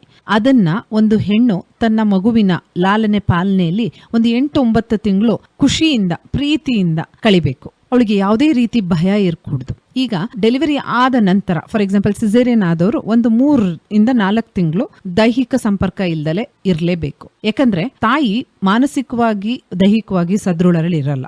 ಇನ್ನು ನಾರ್ಮಲ್ ಡೆಲಿವರಿ ಆದವರಲ್ಲಿ ಕನಿಷ್ಠ ಪಕ್ಷ 3 ತಿಂಗಳು ಗ್ಯಾಪ್ ಇರಲೇಬೇಕು. ಆ ನಂತರದಲ್ಲಿ 3 ತಿಂಗಳು ಆದ ನಂತರ ಎಲ್ಲ ಹೆಣ್ಮಕ್ಳು ಕಾಂಟ್ರಸೆಪ್ಷನ್ ಅಂದ್ರೆ ಗರ್ಭ ನಿರೋಧಕ ಅಸ್ತ್ರಗಳನ್ನ ಬಳಸಲೇಬೇಕು. ಯಾಕೆಂದ್ರೆ ಒಂದು ಮಗುವಿಂದ ಇನ್ನೊಂದು ಮಗುವಿಗೆ ಅಂತರ ಒಂದು ಮಿನಿಮಮ್ 2 to 3 years, 2-3 ವರ್ಷ ಇದ್ದಾಗ ತಾಯಿ ತನ್ನ ಒಂದು ಪ್ರೆಗ್ನೆನ್ಸಿಲಿ ಏನು ಚೇಂಜಸ್ ಆಗಿರುತ್ತೆ, ರಕ್ತ ಕಡಿಮೆ ಆಗಿರ್ತಕ್ಕಂಥದ್ದು ಅಥವಾ ಮಾನಸಿಕವಾಗಿ ಸದೃಢಳಾಗೋದು, ದೈಹಿಕವಾಗಿ ಅಂಶಗಳು ವಿಟಮಿನ್, ಐರನ್, ಕ್ಯಾಲ್ಸಿಯಂ ಎಲ್ಲ ತರದಲ್ಲಿ ಕೊರತೆ ಇರುತ್ತೆ. ಆ ಒಂದು ರೀಪ್ಲೆನಿಶ್ಮೆಂಟ್ ಬೇಕು ಅಂತ ಹೇಳಿದ್ರೆ ಮಿನಿಮಮ್ 2-3 ವರ್ಷ ಗ್ಯಾಪ್ ಕೊಡ್ಲೇಬೇಕು. ಸೊ ಹಾಗಾಗಿ ಈ ಗರ್ಭ ನಿರೋಧಕ ಅಸ್ತ್ರಗಳು ಯಾವ್ಯಾವು? ಒಂದು, ಮಗುವಿಗೆ ಚೆನ್ನಾಗಿ 6 ತಿಂಗಳ ತನಕ ಬರೀ ಹಾಲನ್ನೇ ಕುಡಿಸೋದ್ರಿಂದ ಲ್ಯಾಕ್ಟೇಷನಲ್ ಅಮೆನೋರಿಯಾ ಅಂತ ಹೇಳ್ತೀವಿ. ಅಂದ್ರೆ ಹಾಲು ಕುಡಿಸೋದ್ರಿಂದ ಒಳಗಡೆ ಅಂಡಾಶಯದಲ್ಲಿ ಅಂಡಾಣು ರಿಲೀಸ್ ಆಗಲ್ಲ. ಬಟ್ ಇದು 100%, 98% ಎಫೆಕ್ಟಿವ್. ಬಟ್ ಇದ್ರ ಮೇಲೆ ನಾವು 3 ತಿಂಗಳಾದ್ಮೇಲೆ ಡಿಪೆಂಡ್ ಆಗಕ್ಕಾಗಲ್ಲ. ಸೊ ನೆಕ್ಸ್ಟ್ ಯಾವ್ದು ಯೂಸ್ ಮಾಡ್ಬೋದು? ಕಾಪರ್ ಟೀನ ನಾವು 3 ತಿಂಗಳಾದ್ಮೇಲೆ ಅಡ್ವೈಸ್ ಮಾಡ್ತೀವಿ. ಎಷ್ಟೋ ಜನಕ್ಕೆ ಈ ಕಾಪರ್ ಟೀ ಅಂದ್ರೆ ಹೆದರಿಕೆ. ಮೇಡಮ್, ಅದು ಗರ್ಭಕೋಶ ತೂರ್ಕೊಂಡು ಬಂದು ಹೊಟ್ಟೆಯಲ್ಲಿ ಕರಳಲ್ಲೆಲ್ಲ ಸುತ್ಕೊಂಡ್ಬಿಟ್ಟಿದೆ, ನಮ್ಮನೆ ಪಕ್ಕದವ್ರಿಗೆ ಆಪರೇಷನ್ ಮಾಡಿ ತೆಗೆದ್ರು, ಮೆದುಳಿಗೂ ಹೋಗುತ್ತೆ ಅಂತ ಎಷ್ಟೋ ಜನ ಹೇಳಿದ್ದಾರೆ. ಸೊ ದಯವಿಟ್ಟು ಇದ್ರ ಬಗ್ಗೆ ತಪ್ಪು ಕಲ್ಪನೆ ಬೇಡ. ಇವತ್ತಿನ ದಿನ ಎಲ್ಲ ಕಾಪರ್ ಟೀಗಳನ್ನ ಸೇಫ್ ಆಗಿ ಇನ್ಸರ್ಟ್ ಮಾಡ್ತೀವಿ. ಆ ಕಾಪರ್ ಟೀ 5-10 ವರ್ಷ ಯೂಸ್ ಮಾಡ್ತಕ್ಕಂಥ ಕಾಪರ್ ಟೀ ಬರುತ್ತೆ. ಕೆಲವರಿಗೆ ಆಗಲ್ಲ, ಕಾಪರ್ ಟೀ ಹಾಕಿದ್ಮೇಲೆ ಬ್ಲೀಡಿಂಗ್ ಜಾಸ್ತಿ ಆಗುತ್ತೆ, ಅಂಥವ್ರು ಕಾಪರ್ ಟೀ ತೆಗೆಸ್ಕೊಂಡ್ರೆ ಆಯ್ತು. ಬಟ್ ಒಂದ್ಸರಿ ಕಾಪರ್ ಟೀ ಅಡ್ಜಸ್ಟ್ ಆಯ್ತು ಅಂತ ಹೇಳಿದ್ರೆ it is the safe method. ಅದರ ಬಾಲದಲ್ಲಿ ಒಂದು ವೈರ್ ಬರುತ್ತೆ, ಅದು ಚುಚ್ಚುತ್ತೆ ಮೇಡಮ್ ಸೇರುವಾಗ. ಗಂಡಸರು ಒಪ್ಪಲ್ಲ ಹಾಕ್ಸ್ಲಿಕ್ಕೆ, ಇದು ತಪ್ಪು ಕಲ್ಪನೆ. ಇದರಿಂದ ಯಾವುದೇ ರೀತಿ, ಅದು ನೈಲಾನ್ ಥ್ರೆಡ್, ಅದು ಮೇಲ್ಗಡೆ ಕಟ್ ಮಾಡಿರ್ತೀವಿ. ಸೊ ಇದು ಸೇರೋದ್ರಿಂದ ಚುಚ್ಚೋದು ಮತ್ತೊಂದು ಆಗಲ್ಲ, ಮಗದೊಂದು ಆಗಲ್ಲ. ನೆಕ್ಸ್ಟ್ ಬಂದ್ಬಿಟ್ಟು ಇಂಜೆಕ್ಟಬಲ್ಸ್. ಇಂಜೆಕ್ಷನ್ ಹಾಕ್ಸ್ಕೊತೀನಿ ಮೇಡಮ್, ನಾನು 3 ತಿಂಗಳಾದ್ರೂ ಮುಟ್ಟಾಗಲ್ಲ, ಇದು ಹೆಲ್ಪ್ ಆಗುತ್ತೆ, ಇದು ಈಸಿ ಅಂತ. ಸೊ ಈ ಇಂಜೆಕ್ಟಬಲ್ಸ್ ತಗೊಳ್ಳೋದು ಸೇಫು. ಬಟ್ ಏನಂತ ಹೇಳಿದ್ರೆ ಎಷ್ಟೋ ಜನ ಬ್ಲೀಡಿಂಗ್ ಜಾಸ್ತಿಯಾಗಿ ಬ್ಲಡ್ ಹಾಕ್ಸ್ಕೊಂಡು ಹೋಗಿರೋರು ಇದ್ದಾರೆ. ಸೊ ಇನ್ ಬಿಟ್ವೀನ್ ತುಂಬಾ ಎರಾಟಿಕ್ ಆಗಿ ಬ್ಲೀಡಿಂಗ್ ಆಗುತ್ತೆ. ಎಲ್ಲರ ದೇಹ ಗುಣ ಒಂದೇ ತರ ಇರಲ್ಲ. ಸೊ ಒಬ್ಬೊಬ್ರದ್ದು ಒಂದೊಂದ್ ತರ ಇರುತ್ತೆ. ಸೊ ಅದು ನೆಕ್ಸ್ಟ್ ಬಂದ್ಬಿಟ್ಟು ಛಾಯಾ ಮಾತ್ರೆಗಳು ಅಂತ ಸಿಗುತ್ತೆ, ಸೆಂಟ್ ಕ್ರೋಮನ್ ಅಂತ ಹೇಳ್ತೀವಿ. ಆ ಮಾತ್ರೆಗಳನ್ನು ಕೂಡ ತಗೋಬಹುದು. ಬಟ್ ಪ್ರೊಜೆಸ್ಟ್ರಾನ್ ಓನ್ಲಿ ಪಿಲ್ಸ್ ಅಂತ ಬರುತ್ತೆ, ಅದು safe in breast feeding mothers. ಆಮೇಲೆ ಕೆಲವರಿಗೆ ಡೆಲಿವರಿ ಆಗ್ತಿದ್ದಂಗೆ ಈ ಎಷ್ಟೋ ಗೌರ್ಮೆಂಟ್ ಹಾಸ್ಪಿಟಲ್ಗಳಲ್ಲಿ ಕಾಪರ್ ಟೀ ಹಾಕಿ ಕಳಿಸ್ತಾರೆ ಇಮಿಡಿಯೇಟ್ ಡೆಲಿವರಿ ಆದ ತಕ್ಷಣ. ಅದು ಒಂಥರ ಒಳ್ಳೆ ಮೆಥಡ್. ಯಾಕಂದ್ರೆ ಎಷ್ಟೋ ಜನ ಹೆಣ್ಮಕ್ಳು ಬರೋದೇ ಇಲ್ಲ 3 ತಿಂಗಳಾದ್ಮೇಲೆ ಚೆಕಪ್ಗೆ. ನೆಕ್ಸ್ಟ್ ಪ್ರೆಗ್ನೆನ್ಸಿ ಆದ್ಮೇಲೆ ಬಂದ್ಬಿಟ್ಟು 3-4 ತಿಂಗಳಿಗೆ ಮೇಡಮ್ ನಾನು ಪ್ರೆಗ್ನೆಂಟ್ ಇದ್ದೀನಿ, 2 ತಿಂಗಳು 3 ತಿಂಗಳು ಅಂತಾರೆ. ಅವಾಗ ಆ ತಾಯಿ ದೇಹ ರೆಡಿ ಇರಲ್ಲ, ಮಗು ಸಣ್ಣದಿರುತ್ತೆ, ಅದಕ್ಕೆ ಹಾಲು ಕುಡಿಸ್ತಿರ್ತಾರೆ, ಅದಕ್ಕೆ ಹಾಲು ಬಿಡಿಸ್ಬೇಕು, ಅದ್ರ ಲಾಲನೆ ಪಾಲನೆ ಚೆನ್ನಾಗಾಗಲ್ಲ. ಸೊ ಎಲ್ಲ ಕಾಂಪ್ಲಿಕೇಶನ್, ಮತ್ತೆ ಅಬಾರ್ಷನ್ ಮಾಡಿಸೋದು, ಬ್ಲೀಡಿಂಗ್ ಆಗೋದು, ಎಷ್ಟೋ ಡೆತ್ಸ್ ಅಬಾರ್ಷನ್ಗೆ ಆಗಿದೆ. ಸೊ ಹಾಗಾಗಿ ಆ ಅಬಾರ್ಷನ್ ಮಾಡ್ಸೋಕ್ಕಿಂತ ಮುಂಚೆ ನೀವು ಮುಂಚಿತವಾಗಿ ಮುನ್ನೆಚ್ಚರಿಕೆ ಕ್ರಮಗಳನ್ನ ತಗೋಬೇಕು. ಇನ್ನು ಕಾಂಡೋಮ್ಸ್ ಯೂಸ್ ಮಾಡ್ಬೋದು, ಬಟ್ ಅದಕ್ಕೆ ಫೇಲ್ಯೂರ್ ರೇಟ್ಸ್ ಜಾಸ್ತಿ ಇದೆ. ಅದನ್ನ ಪ್ರಾಪರ್ ಆಗಿ ಯೂಸ್ ಮಾಡಿದ್ರೆ ಸರಿ. ಇಲ್ಲ ಎಷ್ಟೋ ಸರಿ ಕಾಂಡೋಮ್ ಯೂಸ್ ಮಾಡುವಾಗ ಅದು ಹೊಡ್ಕೊಂಡು ಹೋಗುತ್ತೆ, ಆವಾಗ ಈ ವೀರ್ಯಾಣುಗಳು ಎಸ್ಕೇಪ್ ಆಗಿ ಹೋಗೋದ್ರಿಂದ ಪ್ರೆಗ್ನೆನ್ಸಿಗಳಾಗುತ್ತೆ. ಸೊ ನಾ ಹೇಳೋದು ಗರ್ಭನಿರೋಧಕ ಅಂಶಗಳನ್ನ ಮೆಥಡ್ಸ್ನ ಯೂಸ್ ಮಾಡಿ ಅಬಾರ್ಷನ್ ಮಾತ್ರ ಮಾಡಿಸ್ಬೇಡಿ. ಇನ್ನು ಪರ್ಮನೆಂಟ್ ಮೆಥಡ್ ಬಂದ್ಬಿಟ್ಟು 2 ಮಕ್ಕಳಾಗಿದೆ ಅಂತ ಹೇಳಿದ್ರೆ ಆಪರೇಷನ್, ಸಿಸೇರಿಯನ್ ಆಗ್ತಾ ಇದೆ ಅಂದ್ರೆ ಆಪರೇಷನ್ ಮಾಡುವಾಗಲೇ ಇಮಿಡಿಯೇಟ್ ನೀವು ನಾವು ಮಕ್ಕಳಾಗದೇ ಇರೋ ಆಪರೇಷನ್ ಮಾಡಿಸ್ಕೋಬೋದು. ಇವತ್ತು ಗೌರ್ಮೆಂಟ್ ಹಾಸ್ಪಿಟಲ್ಗಳಲ್ಲೂ ಪ್ರೈವೇಟ್ ಹಾಸ್ಪಿಟಲ್ಗಳಲ್ಲೂ ಲ್ಯಾಪ್ರೋಸ್ಕೋಪಿ ಮಾಡ್ತಾ ಇದ್ದಾರೆ. ಸೊ ಗೋ ಫಾರ್ ಲ್ಯಾಪ್ರೋಸ್ಕೋಪಿ ಮಾಡಿಸೋದ್ರಿಂದ ಏನಾಗುತ್ತೆ, ತುಂಬ ದೊಡ್ಡ ಕಟ್ ಕೊಡಬೇಕಾಗಿಲ್ಲ ಹೊಟ್ಟೆ ಮೇಲೆ, ಸಣ್ಣ ಕಟ್ಟಲ್ಲೇ ಮುಗಿದೋಗುತ್ತೆ. ಮಗು ಸಣ್ಣದಿತ್ತು, 2 ಮಕ್ಕಳು ಸಣ್ಣದಿದೆ ಅಂತ ಹೇಳಿದ್ರೆ ದಯಮಾಡಿ ದೊಡ್ಡ ಮಗು ಅಟ್ಲೀಸ್ಟ್ 5 ವರ್ಷ ಆಗೋ ತನಕ ಕಾದ್ಬಿಟ್ಟು ನಂತರ ಮಕ್ಕಳಾಗದೇ ಇರೋ ಆಪರೇಷನ್ನ ಮಾಡಿಸ್ಕೊಳ್ಳೋದು ಒಳ್ಳೆಯದು. ಇಲ್ಲ ಗಂಡಸರಲ್ಲೂ ಕೂಡ ಮಕ್ಕಳಾಗದೇ ಇರೋ ಆಪರೇಷನ್ನ ಮಾಡಿಸ್ಕೋಬಹುದು. If they are willing you can go for it. ಧನ್ಯವಾದಗಳು. ಯಾಕೆ ಸರ್ ಇವತ್ತು ತುಂಬಾ ಸುಸ್ತಾದಾಗೆ ಕಾಣ್ತೀರಾ? ಯಾಕೋ ಗೊತ್ತಿಲ್ಲ ಮೇಡಮ್, ಈ ಎದೆ ನೋವು ಆಗ್ತಿದೆ. ಮೊನ್ನೆ ನಮ್ ಯಜಮಾನ್ರಿಗೂ ಹೀಗೆ ಆಗಿತ್ತು. ಶಿವಮೊಗ್ಗದ ಸರ್ಜಿ ಸೂಪರ್ ಸ್ಪೆಷಾಲಿಟಿ ಆಸ್ಪತ್ರೆಗೆ ಹೋದ್ವಿ. ಅಲ್ಲಿ ಸುಸಜ್ಜಿತವಾಗಿರೋ ಕಾರ್ಡಿಯಾಲಜಿ ವಿಭಾಗದಲ್ಲಿ ಚಿಕಿತ್ಸೆ ಕೊಡಿಸಿದ್ವಿ. ಈಗ ನಮ್ಮ ಮನೆಯವರು ಆರಾಮಾಗಿದ್ದಾರೆ. ಅಲ್ಲಿ ನುರಿತ ಹೆಸರಾಂತ ಹೃದಯ ರೋಗ ತಜ್ಞ ವೈದ್ಯರಿದ್ದಾರೆ. ECG, echo, TMT, angiogram, angioplasty, pacemaker ಹೀಗೆ ಎಲ್ಲಾ ರೀತಿಯ ಚಿಕಿತ್ಸೆಗಳು ಲಭ್ಯ. ಅದು ಕಡಿಮೆ ದರದಲ್ಲಿ. ಅಷ್ಟೇ ಅಲ್ಲ, ನಗುಮೊಗದ ಸೇವೆ ಕೂಡ ಸಿಗುತ್ತೆ. ಹಿಂದೆ ಭೇಟಿ ಕೊಡಿ ಸರ್ಜಿ ಸೂಪರ್ ಸ್ಪೆಷಾಲಿಟಿ ಆಸ್ಪತ್ರೆ, ರಾಘವೇಂದ್ರ ಸ್ವಾಮಿ ಮಠದ ಹತ್ತಿರ, ಶಿವಮೊಗ್ಗ. ಹೆಲ್ತ್ ಹಿಟ್ಸ್ ಆರೋಗ್ಯ ಸೂತ್ರ ಕಾರ್ಯಕ್ರಮ ಕೇಳಿದಿರಿ. ಈ ಕಾರ್ಯಕ್ರಮದ ಪ್ರಾಯೋಜಕರು ಸರ್ಜಿ ಆಸ್ಪತ್ರೆ, ಶಿವಮೊಗ್ಗ.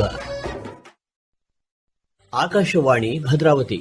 ಹೆಲ್ತ್ ಹಿಟ್ಸ್ ಆರೋಗ್ಯ ಸೂತ್ರ ಕಾರ್ಯಕ್ರಮ. ಈ ಕಾರ್ಯಕ್ರಮದ ಪ್ರಾಯೋಜಕರು ಸರ್ಜಿ ಆಸ್ಪತ್ರೆ, ಶಿವಮೊಗ್ಗ. ಎಲ್ಲರಿಗೂ ನಮಸ್ಕಾರ. ನಾನು ಡಾಕ್ಟರ್ ಚಂದುಶ್ರೀ ಬಿಪಿ, ಪ್ರಸೂತಿ ಮತ್ತು ಸ್ತ್ರೀ ರೋಗ ತಜ್ಞೆ, ಬಂಜೆತನ ನಿವಾರಣೆ ಮತ್ತು ಲ್ಯಾಪ್ರೋಸ್ಕೋಪಿಕ್ ಸರ್ಜನ್ ಆಗಿ ಸರ್ಜಿ ತಾಯಿ ಮತ್ತು ಮಕ್ಕಳ ಆಸ್ಪತ್ರೆ ಮತ್ತು ಸರ್ಜಿ ಪುಷ್ಯ ಆಸ್ಪತ್ರೆಯಲ್ಲಿ ಕಾರ್ಯನಿರ್ವಹಿಸ್ತಾ ಇದ್ದೇನೆ.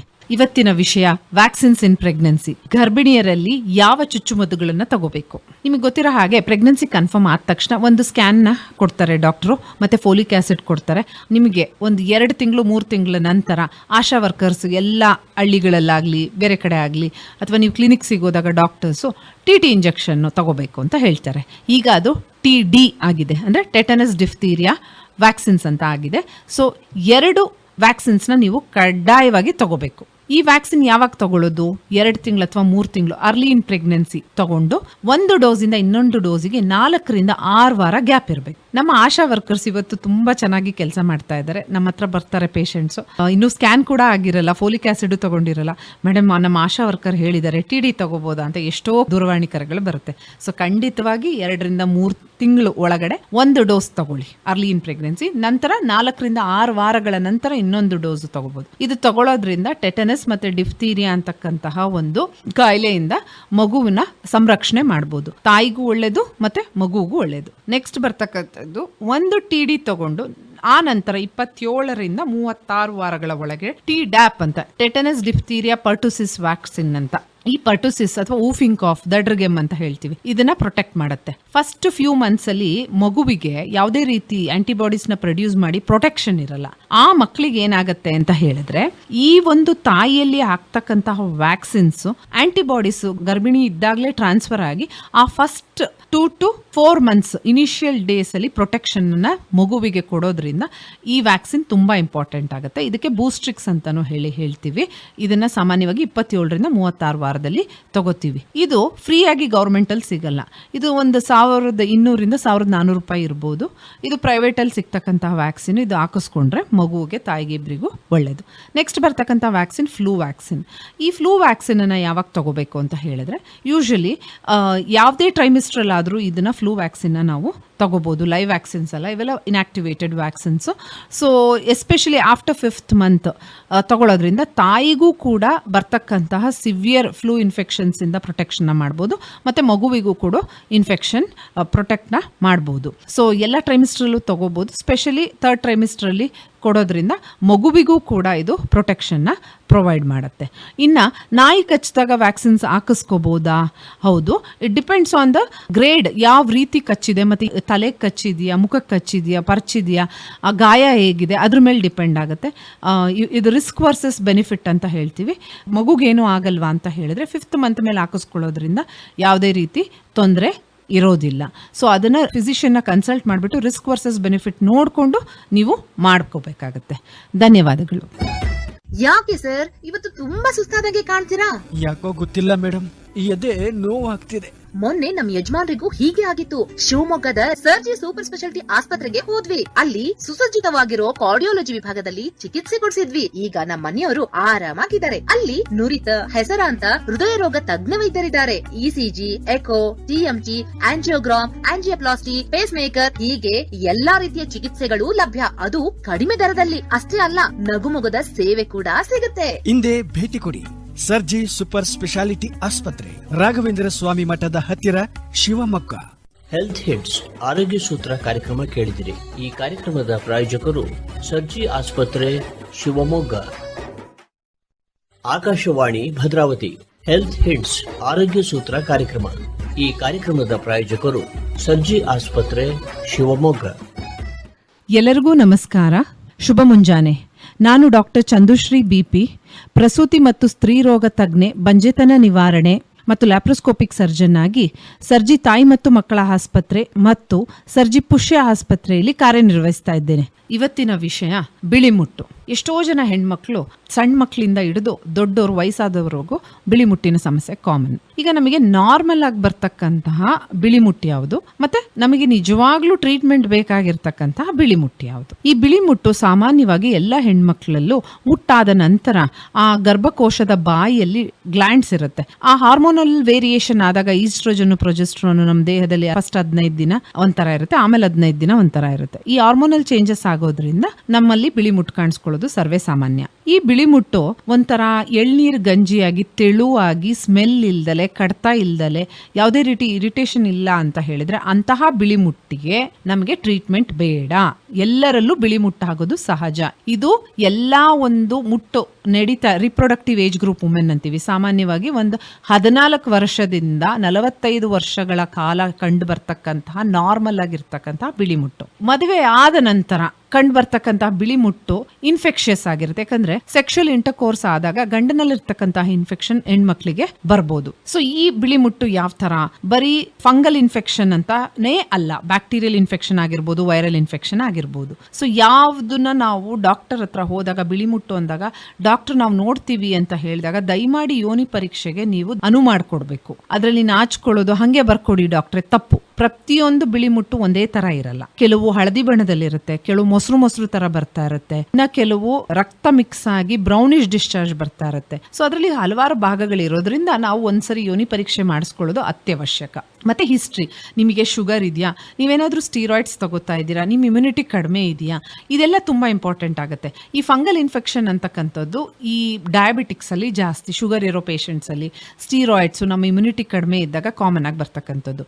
ಆಮೇಲೆ ನಾವು ಏನ್ ಮಾಡ್ತೀವಿ ಅಂತ ಹೇಳಿದ್ರೆ ಒಂದ್ಸರಿ ಯೂರಿನ್ ಪಾಸ್ ಮಾಡಿ ಬಂದ್ಮೇಲೆ ಪ್ಯಾಂಟೀಸ್ನ ಅದೇ ರೀತಿ ನಾವು ಕೆಳಗಡೆ ಭಾಗ ತೇವಾಂಶ ಇಟ್ಕೊಂಡು ನಾವು ಹಾಕೊಂಡಾಗ ಅಲ್ಲಿ ತೇವಾಂಶ ಜಾಸ್ತಿಯಾಗಿ ಫಂಗಲ್ ಇನ್ಫೆಕ್ಷನ್ ಜಾಸ್ತಿ ಆಗುತ್ತೆ. ಇದು ಸ್ಕೂಲ್ ಗೋಯಿಂಗ್ ಚಿಲ್ಡ್ರನ್ ಅಲ್ಲಿ ತುಂಬಾ ಕಾಮನ್. ಅದಕ್ಕೆ ನಾವೇನ್ ಹೇಳ್ತೀವಿ, ಒಂದು ಬಟ್ಟೆ ಅಥವಾ ಒಂದು ಟಿಶ್ಯೂ ಪೇಪರ್ನ ನೀಟಾಗಿ ಯೂರಿನ್ ಪಾಸ್ ಮಾಡಾದ್ಮೇಲೆ ಆ ಜಾಗನ ನೀರಿಂದ ತೊಳೆದ್ಬಿಟ್ಟು ಅದನ್ನ ಒರೆಸ್ಕೊಳ್ಳೋದ್ರಿಂದ ನಾವು ತೇವಾಂಶನ ಕಡಿಮೆ ಮಾಡ್ಬೋದು. ಹೀಗೆ ಕಡಿಮೆ ಮಾಡಿದಾಗ ಫಂಗಲ್ ಇನ್ಫೆಕ್ಷನ್ ತಾನಿಗೆ ತಾನೇ ಕಡಿಮೆ ಆಗುತ್ತೆ. ಒಂದೇ ಒಂದು ಪ್ಯಾಂಟಿನ ಬೆಳಗ್ಗೆಯಿಂದ ರಾತ್ರಿ ಮಲಗೋವರೆಗೂ ಹಾಕೂಡ್ದು.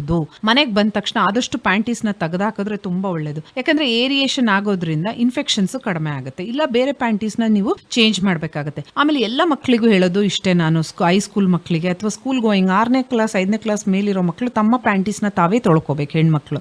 ಆಮೇಲೆ ವಾರಕ್ಕೊಂದ್ಸರಿ ನೀವೇನ್ ಮಾಡ್ಬೇಕು ಅಂತ ಹೇಳಿದ್ರೆ ಡೆಟಾಲ್ ನೀರಲ್ಲಿ ಹಾಕಿ, ಬಿಸಿ ನೀರಲ್ಲಿ ಚೆನ್ನಾಗಿ ಕುದಿಯೋ ನೀರಲ್ಲಿ ಹಾಕ್ಬಿಟ್ಟು ಅದನ್ನ ವಾಶ್ ಮಾಡಿ ಒಣಾಕ್ಬೇಕು, ಬಿಸಿಲಿಗೆ ಒಣಾಕ್ಬೇಕು. ಹಾಸ್ಟೆಲಲ್ಲಿ ಇರೋ ಮಕ್ಕಳು ಬರ್ತಾರೆ, ಬಿಸಿಲೇ ಇರಲ್ಲ ಅಲ್ಲಿ. ಸೊ ಅವಾಗ ಏನಾಗುತ್ತೆ ಅಂತ ಹೇಳಿದ್ರೆ ಇನ್ಫೆಕ್ಷನ್ ಜಾಸ್ತಿ ಆಗುತ್ತೆ. ಪರ್ಸನಲ್ ಹೈಜೀನ್ ಇದು ತುಂಬಾ ಇಂಪಾರ್ಟೆಂಟ್. ಆಮೇಲೆ ಪ್ಯಾಡ್, ರೆಗ್ಯುಲರ್ ಆಗಿ ಮೆನ್ಸಸ್ ಆದಾಗ ಪ್ಯಾಡ್ಸ್ ಯೂಸ್ ಮಾಡ್ತಿರಲ್ಲ, ಅದನ್ನ ಕಂಟಿನ್ಯೂಸ್ ಆಗಿ ಯೂಸ್ ಮಾಡ್ತೀರಾ 6 hours, ಮೋರ್ ದೆನ್ 10 hours, ಅದು ತಪ್ಪು. ಫ್ರೀಕ್ವೆಂಟ್ ಆಗಿ 3 to 4 hours ಒನ್ಸ್ ಪ್ಯಾಡ್ ನ ಚೇಂಜ್ ಮಾಡೋದು ತುಂಬಾ ಇಂಪಾರ್ಟೆಂಟ್, ಸ್ಯಾನಿಟರಿ ಪ್ಯಾಡ್ಸ್ ನ. ಆಮೇಲೆ ಕಾಟನ್ ಮೆಟೀರಿಯಲ್ ನ ಆದಷ್ಟು ಯೂಸ್ ಮಾಡೋದು ಒಳ್ಳೇದು. ಈಗ ಜೀನ್ಸ್ ಪ್ಯಾಂಟ್ ಜಾಸ್ತಿ ಹಾಕೊಳ್ಳೋದ್ರಿಂದ ತೊಡೆ ಸಂದಿಲಿ ಇನ್ಫೆಕ್ಷನ್ಸ್ ಕೂಡ ಜಾಸ್ತಿ ಆಗುತ್ತೆ. ಸೊ ಅದು ಫಂಗಲ್ ಇನ್ಫೆಕ್ಷನ್ ಇದ್ರೆ ಆಂಟಿ ಫಂಗಲ್ಸ್ ಕೊಡ್ತೀವಿ, ಮತ್ತೆ ವೈರಲ್ ಇನ್ಫೆಕ್ಷನ್ ಇದ್ರೆ ವೈರಲ್ ಕೊಡ್ತೀವಿ. ಹರ್ಪಿಸ್, ಈ ಸಣ್ಣ ಸಣ್ಣ ಗುಳ್ಳೆ ತರ ಬ್ಲಿಸ್ಟರ್ಸ್ ಆಗಿ ಅದನ್ನ ಒಡ್ಕೊಂಡು ಕ್ಯೂ ತರ ಬರುತ್ತೆ. ಇನ್ನ ಕೆಲವು ಏನಂತ ಹೇಳಿದ್ರೆ ಬೇರೆ ಬೇರೆ ಕ್ಲೆಮಿಡಿಯಾ, ಗೊನೋರಿಯಾ, ಬೇರೆ ಬೇರೆ ಇನ್ಫೆಕ್ಷನ್ಸ್ ಇರುತ್ತೆ. ಒಂದು ಹೆಣ್ಣು ಮಗುವಿನ ಜೊತೆಗಿಂತ ಹಲವಾರು ಹೆಣ್ಮಕ್ಳ ಜೊತೆ ಸಂಪರ್ಕ ಇರೋ ಗಂಡ್ಮಕ್ಳು ಹೆಣ್ಮಕ್ಳ ಜೊತೆ ಸೇರಿದಾಗ ಅಥವಾ ವೈಸ್ ವರ್ಸ ಹೆಣ್ಮಕ್ಳಿಗೆ ಮೋರ್ ದೆನ್ 1 ಸೆಕ್ಷುವಲ್ ಪಾರ್ಟ್ನರ್ ಇದ್ದಾಗ ಈ ಇನ್ಫೆಕ್ಷನ್ ಕಾಮನ್. ನಿಮ್ಗೆಲ್ಲ ಗೊತ್ತಿರೋ ಹಾಗೆ ಇವತ್ತಿನ ದಿನ HIV, ಗೊನೋರಿಯಾ, ಕ್ಲೆಮಿಡಿಯಾ ತುಂಬಾ ಜಾಸ್ತಿ ಆಗ್ತಾ ಇದೆ. ಸೊ ಸೇಫ್ ಸೆಕ್ಸ್ ಇಸ್ ತುಂಬಾ ಇಂಪಾರ್ಟೆಂಟ್. ಧನ್ಯವಾದಗಳು. ಏನ್ ರಾಮಪ್ಪ ಹೇಗಿದ್ದೀಯಾ? ಚಂದ್ರಣ್ಣ, ಮಂಡಿ ನೋವಿನಿಂದ ಸಾಕಾಗಿ ಹೋಗಿದೆ. 1 ವರ್ಷದ ಹಿಂದೆ ನಾನು ಇಂಥದೇ ಗೋಳು ಅನುಭವಿಸಿದಿನಪ್ಪ. ನನ್ ಮಗನಿಗೆ ಅವ್ರ ಆಫೀಸ್ ನಲ್ಲಿ ಯಾರೋ ಶಿವಮೊಗ್ಗದ ಸರ್ಜಿ ಆಸ್ಪತ್ರೆಗೆ ಕರ್ಕೊಂಡು ಹೋಗಿ ಅಂತ ಹೇಳಿದ್ರಂತೆ. ಅಲ್ಲಿನ ನುರಿತ ವೈದ್ಯರ ತಂಡ, ಸಿಬ್ಬಂದಿಗಳು ಎಷ್ಟು ಚೆನ್ನಾಗಿ ಆರೈಕೆ ಮಾಡಿದ್ರು. ಅತ್ಯಾಧುನಿಕ ತಂತ್ರಜ್ಞಾನಗಳನ್ನೊಳಗೊಂಡ ಮಂಡಿ ನೋವು ಸೇರಿದಂತೆ ಕೀಲು ನೋವು, ಮೂಳೆ ಮುರಿತ, ಸ್ನಾಯು ಸೆಳೆತಕ್ಕೆ ಸಂಬಂಧಿಸಿದ ಎಲ್ಲಾ ಚಿಕಿತ್ಸೆಗಳನ್ನು ಕೈಗೆಟುಕೋ ಬೆಲೆಯಲ್ಲಿ ನೀಡ್ತಾರೆ. ಇನ್ನೊಂದು ವಿಷಯ ರಾಮಪ್ಪ, ಯೋಗ, ಧ್ಯಾನ, ಪ್ರಾಣಾಯಾಮ, ವ್ಯಾಯಾಮ ಹೀಗೆ ಮಾನಸಿಕ ನೆಮ್ಮದಿಗೆ ಬೇಕಾದಂತಹ ಎಲ್ಲಾ ಆರೋಗ್ಯ ಚಟುವಟಿಕೆಗಳ ಅಭ್ಯಾಸ ಮಾಡಿಸ್ತಾರೆ. ವೃದ್ಧರನ್ನ ಅತ್ಯಂತ ಕಾಳಜಿಯಿಂದ ನೋಡ್ಕೊಳ್ಳೋ ಏಕೈಕ ಆಸ್ಪತ್ರೆ ಅಂದ್ರೆ ಅದು ನಮ್ಮ ಸರ್ಜಿ ಆಸ್ಪತ್ರೆ. ಹೆಲ್ತ್ ಹಿಟ್ಸ್ ಆರೋಗ್ಯ ಸೂತ್ರ ಕಾರ್ಯಕ್ರಮ ಕೇಳಿದಿರಿ. ಈ ಕಾರ್ಯಕ್ರಮದ ಪ್ರಾಯೋಜಕರು ಸರ್ಜಿ ಆಸ್ಪತ್ರೆ, ಶಿವಮೊಗ್ಗ. ಆಕಾಶವಾಣಿ ಭದ್ರಾವತಿ. ಹೆಲ್ತ್ ಹಿಟ್ಸ್ ಆರೋಗ್ಯ ಸೂತ್ರ ಕಾರ್ಯಕ್ರಮ. ಈ ಕಾರ್ಯಕ್ರಮದ ಪ್ರಾಯೋಜಕರು ಸರ್ಜಿ ಆಸ್ಪತ್ರೆ, ಶಿವಮೊಗ್ಗ. ಎಲ್ಲರಿಗೂ ನಮಸ್ಕಾರ. ನಾನು ಡಾಕ್ಟರ್ ಚಂದುಶ್ರೀ ಬಿಪಿ, ಪ್ರಸೂತಿ ಮತ್ತು ಸ್ತ್ರೀ ರೋಗ ತಜ್ಞೆ, ಬಂಜೆತನ ನಿವಾರಣೆ ಮತ್ತು ಲ್ಯಾಪ್ರೋಸ್ಕೋಪಿಕ್ ಸರ್ಜನ್ ಆಗಿ ಸರ್ಜಿ ತಾಯಿ ಮತ್ತು ಮಕ್ಕಳ ಆಸ್ಪತ್ರೆ ಮತ್ತು ಸರ್ಜಿ ಪುಷ್ಯ ಆಸ್ಪತ್ರೆಯಲ್ಲಿ ಕಾರ್ಯನಿರ್ವಹಿಸ್ತಾ ಇದ್ದೇನೆ. ಇವತ್ತಿನ ವಿಷಯ screening of cancer in women. ಏನಪ್ಪ ಈ ಸ್ಕ್ರೀನಿಂಗ್? ಕ್ಯಾನ್ಸರ್ ಬರಕ್ಕಿಂತ ಮುಂಚೆನೆ ನಾವು ಕ್ಯಾನ್ಸರ್ನ ತಡೆಗಟ್ಟಕ್ಕೆ ಯಾವ ಎಲ್ಲ ಪರೀಕ್ಷೆಗಳನ್ನ ನಾವು ಹೆಣ್ಮಕ್ಳು ಮಾಡಿಸ್ಬೇಕು. ಒಂದು ಸಿಂಪಲ್, ನಮ್ಮಲ್ಲಿ ಬ್ರೆಸ್ಟ್ ಕ್ಯಾನ್ಸರ್ ಕಾಮನ್, ಗರ್ಭಕೋಶದ ಕಂಠದ ಕ್ಯಾನ್ಸರ್ ಕಾಮನ್, ಅಂಡಾಶಯದ ಕ್ಯಾನ್ಸರ್ ಕಾಮನ್, ಗರ್ಭಕೋಶದ ಕ್ಯಾನ್ಸರ್ ಕಾಮನ್. ಸೊ ಈ ಬ್ರೆಸ್ಟ್ ಕ್ಯಾನ್ಸರ್ ಫಸ್ಟ್ ಪ್ಲೇಸ್ ಅಲ್ಲಿ ಫಸ್ಟ್ ರ್ಯಾಂಕ್ ಪಡೆದಿದೆ. ನಮ್ಗೆಲ್ಲ ಸಿಂಪಲ್ ಆಗಿ ನಮ್ಮ ಕೈಗಳು, ಪಲ್ಪ್ ಆಫ್ ದ ಫಿಂಗರ್ಸ್ ಅಂತೀವಿ, ನಮ್ಮ ಬೆಟ್ಟಗಳ ತುದಿ, ಅದನ್ನ ನಾವು ವಾರಕ್ಕೊಂದ್ಸರಿ ಇಲ್ಲ ವಾರದಲ್ಲಿ 2 ಸತಿ ಸ್ನಾನ ಮಾಡುವಾಗ, ಬಟ್ಟೆ ಚೇಂಜ್ ಮಾಡುವಾಗ ಒಂದು ಕೈನ ತಲೆ ಹಿಂಭಾಗಕ್ಕೆ ಇಟ್ಕೊಂಡು ಬ್ರೆಸ್ಟ್ ನ ಪಾಲ್ಪೇಟ್ ಮಾಡ್ತಾ ಹೋಗ್ಬೇಕು. ಒತ್ತಿ, ಹಿಂದ್ಗಡೆ ಬೋನ್ ಇರುತ್ತೆ, ಮುಂದ್ಗಡೆ ಬ್ರೆಸ್ಟ್ ಟಿಶ್ಯೂ ಬಂದಿರುತ್ತೆ. ಅದನ್ನ ಸೈಕ್ಲ್, ಒಂದು ಕ್ಲಾಕ್ ಯಾವ ರೀತಿ, ಗಡಿಯಾರ ಯಾವ ರೀತಿ ತಿರುಗುತ್ತೆ ಆ ರೀತಿ ಪರೀಕ್ಷೆ ಮಾಡ್ತಾ ಹೋದಾಗ ನಮಗೆ ಏನಾರ ಒಂದು ಸಣ್ಣ ಪುಟ್ಟ ಗಂಟುಗಳು ಕಂಡು ಬಂದ್ರು ಸ್ತ್ರೀ ರೋಗ ತಜ್ಞರ ಬಳಿ ಅಥವಾ ಸರ್ಜನ್ಸ್ ಹತ್ರ ಅಥವಾ ಕ್ಯಾನ್ಸರ್ ಸರ್ಜನ್ಸ್ ಹತ್ರ, ಇವತ್ತು ನಮ್ಮ ಶಿವಮೊಗ್ಗದಲ್ಲಿ ಹಲವಾರು ಹಾಸ್ಪಿಟ್ಲ್ಗಳಲ್ಲಿ ನಿಮಗೆ ಕ್ಯಾನ್ಸರ್ ಸರ್ಜನ್ ಸಿಗ್ತಾ ಇದಾರೆ. ಸೊ ಹೋಗ್ಬಿಟ್ಟು ಅವರು ಒಂದು ಸ್ಕ್ಯಾನ್ ಹೇಳ್ತಾರೆ, ಹಿಂದೆ ಮುಂದೆ ನೋಡ್ಬೇಡಿ, ಸ್ಕ್ಯಾನ್ ಮಾಡಿಸಿ. ಮೋಸ್ಟ್ ಆಫ್ ದ ಟೈಮ್ ಏನಿರುತ್ತೆ, ಫೈಬ್ರೋ ಅಡಿನೋಮಾ ಅಂದ್ರೆ ಒಂದು ಇಲಿಮರಿ ಓಡಾಡ್ದಂಗೆ ಆಗ್ತಾ ಇರುತ್ತೆ ನಮ್ಮ ಬ್ರೆಸ್ಟ್ ಅಲ್ಲಿ. ಅದು ಕ್ಯಾನ್ಸರ್ ಅಲ್ಲದೆ ಇರತಕ್ಕಂತಹ ಒಂದು ಗಂಟುಗಳು. ಯಾವಾಗ್ಲೂ ಕ್ಯಾನ್ಸರೇ ಇರಬೇಕು ಅಂತಿಲ್ಲ. ಅದು ಕನ್ಫರ್ಮ್ ಆದ್ಮೇಲೆ ಏನ್ ಮಾಡ್ಬೇಕು ಅಂತ ಹೇಳಿದ್ರೆ, ತುಂಬಾ ಸೈಜ್ ದೊಡ್ಡದಿತ್ತು ಅಂದ್ರೆ ತಗ್ಸ್ಬಿಡಿ. ಯಾವುದೇ ಒಂದು ಗಂಟುಗಳನ್ನ ಬ್ರೆಸ್ಟ್ ಅಲ್ಲಿ ಇಟ್ಕೊಳ್ಳೋದು ಸೇಫ್ ಅಲ್ಲ. ಇನ್ನ ಕೆಲವು ಪೇಯ್ನೇ ಇರಲ್ಲ, ಅವ್ರಿಗೆ ಗೊತ್ತೇ ಆಗಿರಲ್ಲ, ಸಡನ್ ಆಗಿ ದೊಡ್ಡವಾಗಿರ್ತವೆ. ಅವಾಗ ನಾವು ವಿಚಾರಿಸಬೇಕು, family history of breast cancer ಏನಾದ್ರು ಇದೆಯಾ, ಅಕ್ಕಂಗಿದ್ಯಾ, ಅಮ್ಮಂಗಿದ್ಯಾ, ಅಜ್ಜಿಗಿದ್ಯಾ, ದೊಡ್ಡಮ್ಮಂಗಿದ್ಯಾ, ಯಾರಿಗಿದ್ರು ಕೂಡ ನೀವು ಎಚ್ಚೆತ್ಕೋಬೇಕು. ಸೊ ಮಾಡ್ಬೇಕಾಗಿರೋದಿಷ್ಟೇ, ಬ್ರೆಸ್ಟ್ ಸೆಲ್ಫ್ ಎಕ್ಸಾಮಿನೇಷನ್ ಅಂದ್ರೆ ನಿಮ್ಮ ಬ್ರೆಸ್ಟ್ ನ ನೀವೇ ಎಕ್ಸಾಮಿನೇಷನ್ ಮಾಡ್ಕೋಬೇಕು, ವಾರಕ್ಕೆ 1 ಸರಿ ಅಥವಾ 2 ಸತಿ. ಸೊ ಮಾಡ್ಕೊಳ್ಳೋದ್ರಿಂದ ಗಂಟು ಕಂಡು ಬಂದ್ರೆ ಸ್ಕ್ಯಾನ್ ಮಾಡ್ತಾರೆ. ನೆಕ್ಸ್ಟ್ ನಮಗೆ ಏನಾದ್ರೂ ಆ ಸ್ಕ್ಯಾನ್ ಅಲ್ಲಿ ಒಂದು ಅನುಮಾನಾಸ್ಪದವಾಗಿದ್ರೆ ಸೂಜಿ ಪರೀಕ್ಷೆ ಮಾಡಿ, ಆ ಸೂಜಿ ಪರೀಕ್ಷೆಯಲ್ಲಿ ಕ್ಯಾನ್ಸರ ಇಲ್ವಾ ನೋಡ್ತಾರೆ. ಎದ್ರಕ್ ಹೋಗ್ಬೇಡಿ, ಅಯ್ಯೋ ಅದೇನೋ ಸೂಜಿ ಹಾಕ್ತಾರಂತೆ, ನೋವಾಗತ್ತೆ, ಇವೆಲ್ಲ ತಪ್ಪು ಕಲ್ಪನೆ. ಇನ್ನ ಮ್ಯಾಮೋಗ್ರಫಿ ಮಾಡ್ತಾರೆ. ಸೊ ಇದೆಲ್ಲ ಡಿಫ್ರೆಂಟ್ ಡಯಾಗ್ನೋಸ್ಟಿಕ್ ಟೂಲ್ಸ್. ಇನ್ನ ಗರ್ಭಕೋಶದ ಕಂಠದ ಕ್ಯಾನ್ಸರ್ಗೆ ಬಂದ್ರೆ, ಇವತ್ತು ನಿಮಗೆಲ್ಲ ಗೊತ್ತಿರೋ ಹಾಗೆ HPV ವ್ಯಾಕ್ಸಿನ್ಸ್ ಎಲ್ಲ ಕಡೆ ಇದೆ. 9 ರಿಂದ 14 ವರ್ಷದ ಒಳಗಿನ ಹೆಣ್ಮಕ್ಳಿಗೆ 2 ಡೋಸ್ HPV ವ್ಯಾಕ್ಸಿನ್, ಕ್ವಾಡ್ರಿವೆಲೆಂಟ್, ನ್ಯಾನೋವೆಲೆಂಟ್ 2 ಬಂದಿದೆ, ಹಾಕಿಸ್ಬೇಕು. ಮತ್ತೆ 14 ವರ್ಷದಿಂದ 26 ವರ್ಷದಿರೋ ಮಕ್ಕಳಿಗೆ ನೀವು 3 ಡೋಸ್ ವ್ಯಾಕ್ಸಿನ್ಸ್ ನ ಹಾಕಿಸ್ಬೇಕು. ಸೊ ಈ ತರ ಹಾಕ್ಸೋದ್ರಿಂದ ಮುಂದೆ ಅವ್ರಿಗೆ ಕ್ಯಾನ್ಸರ್ ಬರೋದನ್ನ ತಡೆಗಟ್ಟಬಹುದು. ಇನ್ನ ನಾವು ಕ್ಯಾನ್ಸರ್ ವ್ಯಾಕ್ಸಿನ್ ತಗೊಂಡಿಲ್ಲ, ನಾವ್ ಯಾವ ರೀತಿ ನೋಡ್ಕೊಳ್ಳೋದು ಅಂದ್ರೆ ಪ್ಯಾಪ್ಸ್ಮಿಯರ್. ಪ್ಯಾಪ್ಸ್ಮಿಯರ್ ಅಂತಕ್ಕಂಥದ್ದು ಗರ್ಭಕೋಶದ ಬಾಯಿಯ ಒಂದು ಸುತ್ತಲಿನ ರಸವನ್ನು ಟೆಸ್ಟಿಗೆ ತಗೊಂಡು, ಬ್ರಷ್ ಅಥವಾ ಸ್ಪ್ಯಾಚುಲಾದಲ್ಲಿ ತಗೊಂಡು ಸ್ಲೈಡ್ ಅಲ್ಲಿ ಸ್ಮಿಯರ್ ಮಾಡಿ ಕಳಿಸ್ತೀವಿ. ಅದರಲ್ಲಿ ನಮಗೆ ಗೊತ್ತಾಗುತ್ತೆ. ಇದು ನಾರ್ಮಲ್ ಇತ್ತು ಅಂದ್ರೆ 3 ವರ್ಷಕ್ಕೊಂದ್ಸರಿ ಪ್ಯಾಪ್ಸ್ಮಿಯರ್ ಮಾಡಿಸಿದ್ರೆ ಸಾಕು. ಇನ್ನ ಕೆಲವು ಟೆಸ್ಟ್ ಇದೆ, HPV, ಪ್ಯಾಪ್ಸ್ಮಿಯರ್ ಮತ್ತೆ DNA ಟೆಸ್ಟ್ ಅಂತ ಹೇಳಿ, ಅದು 5 ವರ್ಷಕ್ಕೊಂದ್ಸರಿ ಮಾಡಿಸಿದ್ರೆ ಸಾಕಾಗುತ್ತೆ. ಮತ್ತೆ ಹೊಟ್ಟೆಯ ಭಾಗದ ಸ್ಕ್ಯಾನ್, ಗರ್ಭಕೋಶ, ಅಂಡಾಶಯ ಎಲ್ಲ ನಾರ್ಮಲ್ ಆಗಿದೆಯಾ, ಇಲ್ಲ ಅಂಡಾಶಯದ ಕ್ಯಾನ್ಸರ್ಗಳು ಗೊತ್ತೇ ಆಗದೆ, ಅದು ಗೊತ್ತಾಗದೆ ಲೇಟರ್ ಸ್ಟೇಜಸ್ ಬಂದಾಗ ಹೊಟ್ಟೆ ಉಬ್ರುತ್ತೆ, ಊಟ ಸೇರ್ತಾ ಇರಲ್ಲ, ಸ್ವಲ್ಪ ತಿಂದ್ರು ಹೊಟ್ಟೆ ಉಬ್ರಕ್ಕೆ ಬಂದು ಊಟ ಎಲ್ಲ ಮೇಲ್ ಬಂದಂಗಾಗುತ್ತೆ. ಸೊ ಅಂತ ಟೈಮಲ್ಲಿ ಓವೇರಿಯನ್ ಕ್ಯಾನ್ಸರ್ಸ್ ಇರುತ್ತೆ. ಇದು ಯಾವುದು ಹೇಳಿ ಕೇಳಿ ಬರಲ್ಲ, ಹಾಗಾಗಿ ವರ್ಷಕ್ಕೊಂದ್ಸರಿ ಸ್ಕ್ಯಾನ್ ಮಾಡಿಸ್ಬೇಕು. ಆಮೇಲೆ ನೆಕ್ಸ್ಟ್ ಬರ್ತಕ್ಕಂಥ ಕ್ಯಾನ್ಸರ್ ಗರ್ಭಕೋಶದ ಕ್ಯಾನ್ಸರ್. ಇದು ಯೂಶಲಿ ಪ್ರೆಸೆಂಟ್ ಆಗುತ್ತೆ, ಏನು ಬ್ಲೀಡಿಂಗ್ ಆಗುತ್ತೆ, ಇಲ್ಲ ಮುಟ್ಟು ನಿಂತಿರೋರಲ್ಲಿ ಮುಟ್ಟು ಕಾಣಿಸ್ಕೊಳ್ಳುತ್ತೆ. ಪೋಸ್ಟ್ ಮೆನೋಪಾಸಲ್ ಬ್ಲೀಡಿಂಗ್ ಅಂತ ಹೇಳ್ತೀವಿ. ಮುಟ್ಟು ನಿತ್ತ ಆದ್ಮೇಲೆ 1 ವರ್ಷ ಆದ್ಮೇಲೆ ಬ್ಲೀಡಿಂಗ್ ಕಾಣಿಸ್ಕೊಳ್ಳುತ್ತೆ. ಇವನ್ ಗರ್ಭಕೋಶದ ಕಂಠದ ಕ್ಯಾನ್ಸರ್ ಅಲ್ಲೂ ಕೂಡ ಮುಟ್ಟು ನಿಂತ ಮೇಲೆ ಮುಟ್ಟು ಕಾಣಿಸ್ಕೊಳ್ಳುತ್ತೆ, ಇಲ್ಲ ಗಂಡನ ಜೊತೆ ಸೇರಿದ ನಂತರ ಪೋಸ್ಟ್ ಕಾಯಿಟಲ್ ಬ್ಲೀಡಿಂಗ್ ಅಂತ ಹೇಳ್ತೀವಿ. ಇವೆಲ್ಲ ಸೈನ್ಸ್. ಮತ್ತೆ ಕೆಳಭಾಗದಲ್ಲಿ ಸೊಂಟದಲ್ಲಿ ನೋವು ಬರೋದು, ಫೌಲ್ ಸ್ಮೆಲ್ಲಿಂಗ್ ಅಂದ್ರೆ ಕೆಟ್ಟ ರೀತಿ ಸ್ಮೆಲ್ ಬರೋದು, ಇದೆಲ್ಲ ಕ್ಯಾನ್ಸರ್ನ ಒಂದು ಚಿಹ್ನೆಗಳು. ಸೊ ದಯಮಾಡಿ ಎಲ್ಲ ಹೆಣ್ಮಕ್ಳು ಹಿಂದೆ ಮುಂದೆ ನೋಡ್ಬೇಡಿ. ನೀವು ಒಂದು ಸೀರೆ ಕಡಿಮೆ ಮಾಡ್ಕೊಂಡ್ರು ಪ್ರತಿ ವರ್ಷ ಈ ಎಲ್ಲ ತಪಾಸಣೆಗಳು ಮಾಡೋದು ಅತ್ಯವಶ್ಯಕ. ಧನ್ಯವಾದಗಳು. ಶಿವಮೊಗ್ಗದ ಸರ್ಜಿ ಆಸ್ಪತ್ರೆಯಲ್ಲಿ ಮೊಡವೆ, ಡ್ಯಾಂಡ್ರಫ್, ಭಂಗು, ಹುಳುಕಡ್ಡಿ, ಅಲರ್ಜಿ, ತೊನ್ನು, ಇಸುಬು, ಸರ್ಪಹುಣ್ಣು, ನರಗುಳ್ಳೆ ತಗ್ಸೋದು, ಹಂಗೆ ಮುಖದಲ್ಲಿರೋ ಕೂದಲು ತೆಗೆಯೋದು, ಹಿಂಗೆ ಎಲ್ಲಾ ರೀತಿಯ ಚಿಕಿತ್ಸೆ ಮಾಡ್ತಾರೆ. ಹೌದು, ಹಲವಾರು ವರ್ಷಗಳಿಂದ ಗುಣಮಟ್ಟದ ಆರೋಗ್ಯ ಸೇವೆ ನೀಡುತ್ತಾ ಬಂದಿರುವ ಸರ್ಜಿ ಆಸ್ಪತ್ರೆಯಲ್ಲಿ ಅತ್ಯಾಧುನಿಕ ತಂತ್ರಜ್ಞಾನದಿಂದ ನುರಿತ ವೈದ್ಯರ ತಂಡದಿಂದ ಕೈಗೆಟಕುವ ಬೆಲೆಯಲ್ಲಿ ನಿಮ್ಮ ಚರ್ಮ ಮತ್ತು ಸೌಂದರ್ಯ ಸಂಬಂಧಿಸಿದ ಎಲ್ಲಾ ಬಗೆಯ ಚಿಕಿತ್ಸೆ ಲಭ್ಯ. ಇಂದೇ ಭೇಟಿ ಕೊಡಿ. ಸರ್ಜಿ ಸೂಪರ್ ಸ್ಪೆಷಾಲಿಟಿ ಆಸ್ಪತ್ರೆ, ರಾಘವೇಂದ್ರ ಸ್ವಾಮಿ ಮಠದ ಹತ್ತಿರ, ಶಿವಮೊಗ್ಗ. ಹೆಲ್ತ್ ಹಿಟ್ಸ್ ಆರೋಗ್ಯ ಸೂತ್ರ ಕಾರ್ಯಕ್ರಮ ಕೇಳಿದಿರಿ. ಈ ಕಾರ್ಯಕ್ರಮದ ಪ್ರಾಯೋಜಕರು ಸರ್ಜಿ ಆಸ್ಪತ್ರೆ, ಶಿವಮೊಗ್ಗ. ಆಕಾಶವಾಣಿ ಭದ್ರಾವತಿ. ಹೆಲ್ತ್ ಹಿಟ್ಸ್ ಆರೋಗ್ಯ ಸೂತ್ರ ಕಾರ್ಯಕ್ರಮ. ಈ ಕಾರ್ಯಕ್ರಮದ ಪ್ರಾಯೋಜಕರು ಸರ್ಜಿ ಆಸ್ಪತ್ರೆ, ಶಿವಮೊಗ್ಗ. ಎಲ್ಲರಿಗೂ ನಮಸ್ಕಾರ, ಶುಭ ಮುಂಜಾನೆ. ನಾನು ಡಾಕ್ಟರ್ ಚಂದುಶ್ರೀ ಬಿಪಿ, ಪ್ರಸೂತಿ ಮತ್ತು ಸ್ತ್ರೀ ರೋಗ ತಜ್ಞೆ, ಬಂಜೆತನ ನಿವಾರಣೆ ಮತ್ತು ಲ್ಯಾಪ್ರೋಸ್ಕೋಪಿಕ್ ಸರ್ಜನ್ ಆಗಿ ಸರ್ಜಿ ತಾಯಿ ಮತ್ತು ಮಕ್ಕಳ ಆಸ್ಪತ್ರೆ ಮತ್ತು ಸರ್ಜಿ ಪುಷ್ಯ ಆಸ್ಪತ್ರೆಯಲ್ಲಿ ಕಾರ್ಯನಿರ್ವಹಿಸ್ತಾ ಇದ್ದೇನೆ. ಇವತ್ತಿನ ವಿಷಯ ಡೆಲಿವರಿ ಆದಮೇಲೆ, ಹೆರಿಗೆ ಆದಮೇಲೆ ಪೀರಿಯಡ್ಸ್ ಯಾವಾಗ ಸ್ಟಾರ್ಟ್ ಆಗುತ್ತೆ? ಇದು ತುಂಬ ಕಾಮನ್ ಕ್ವೆಶನ್ನು.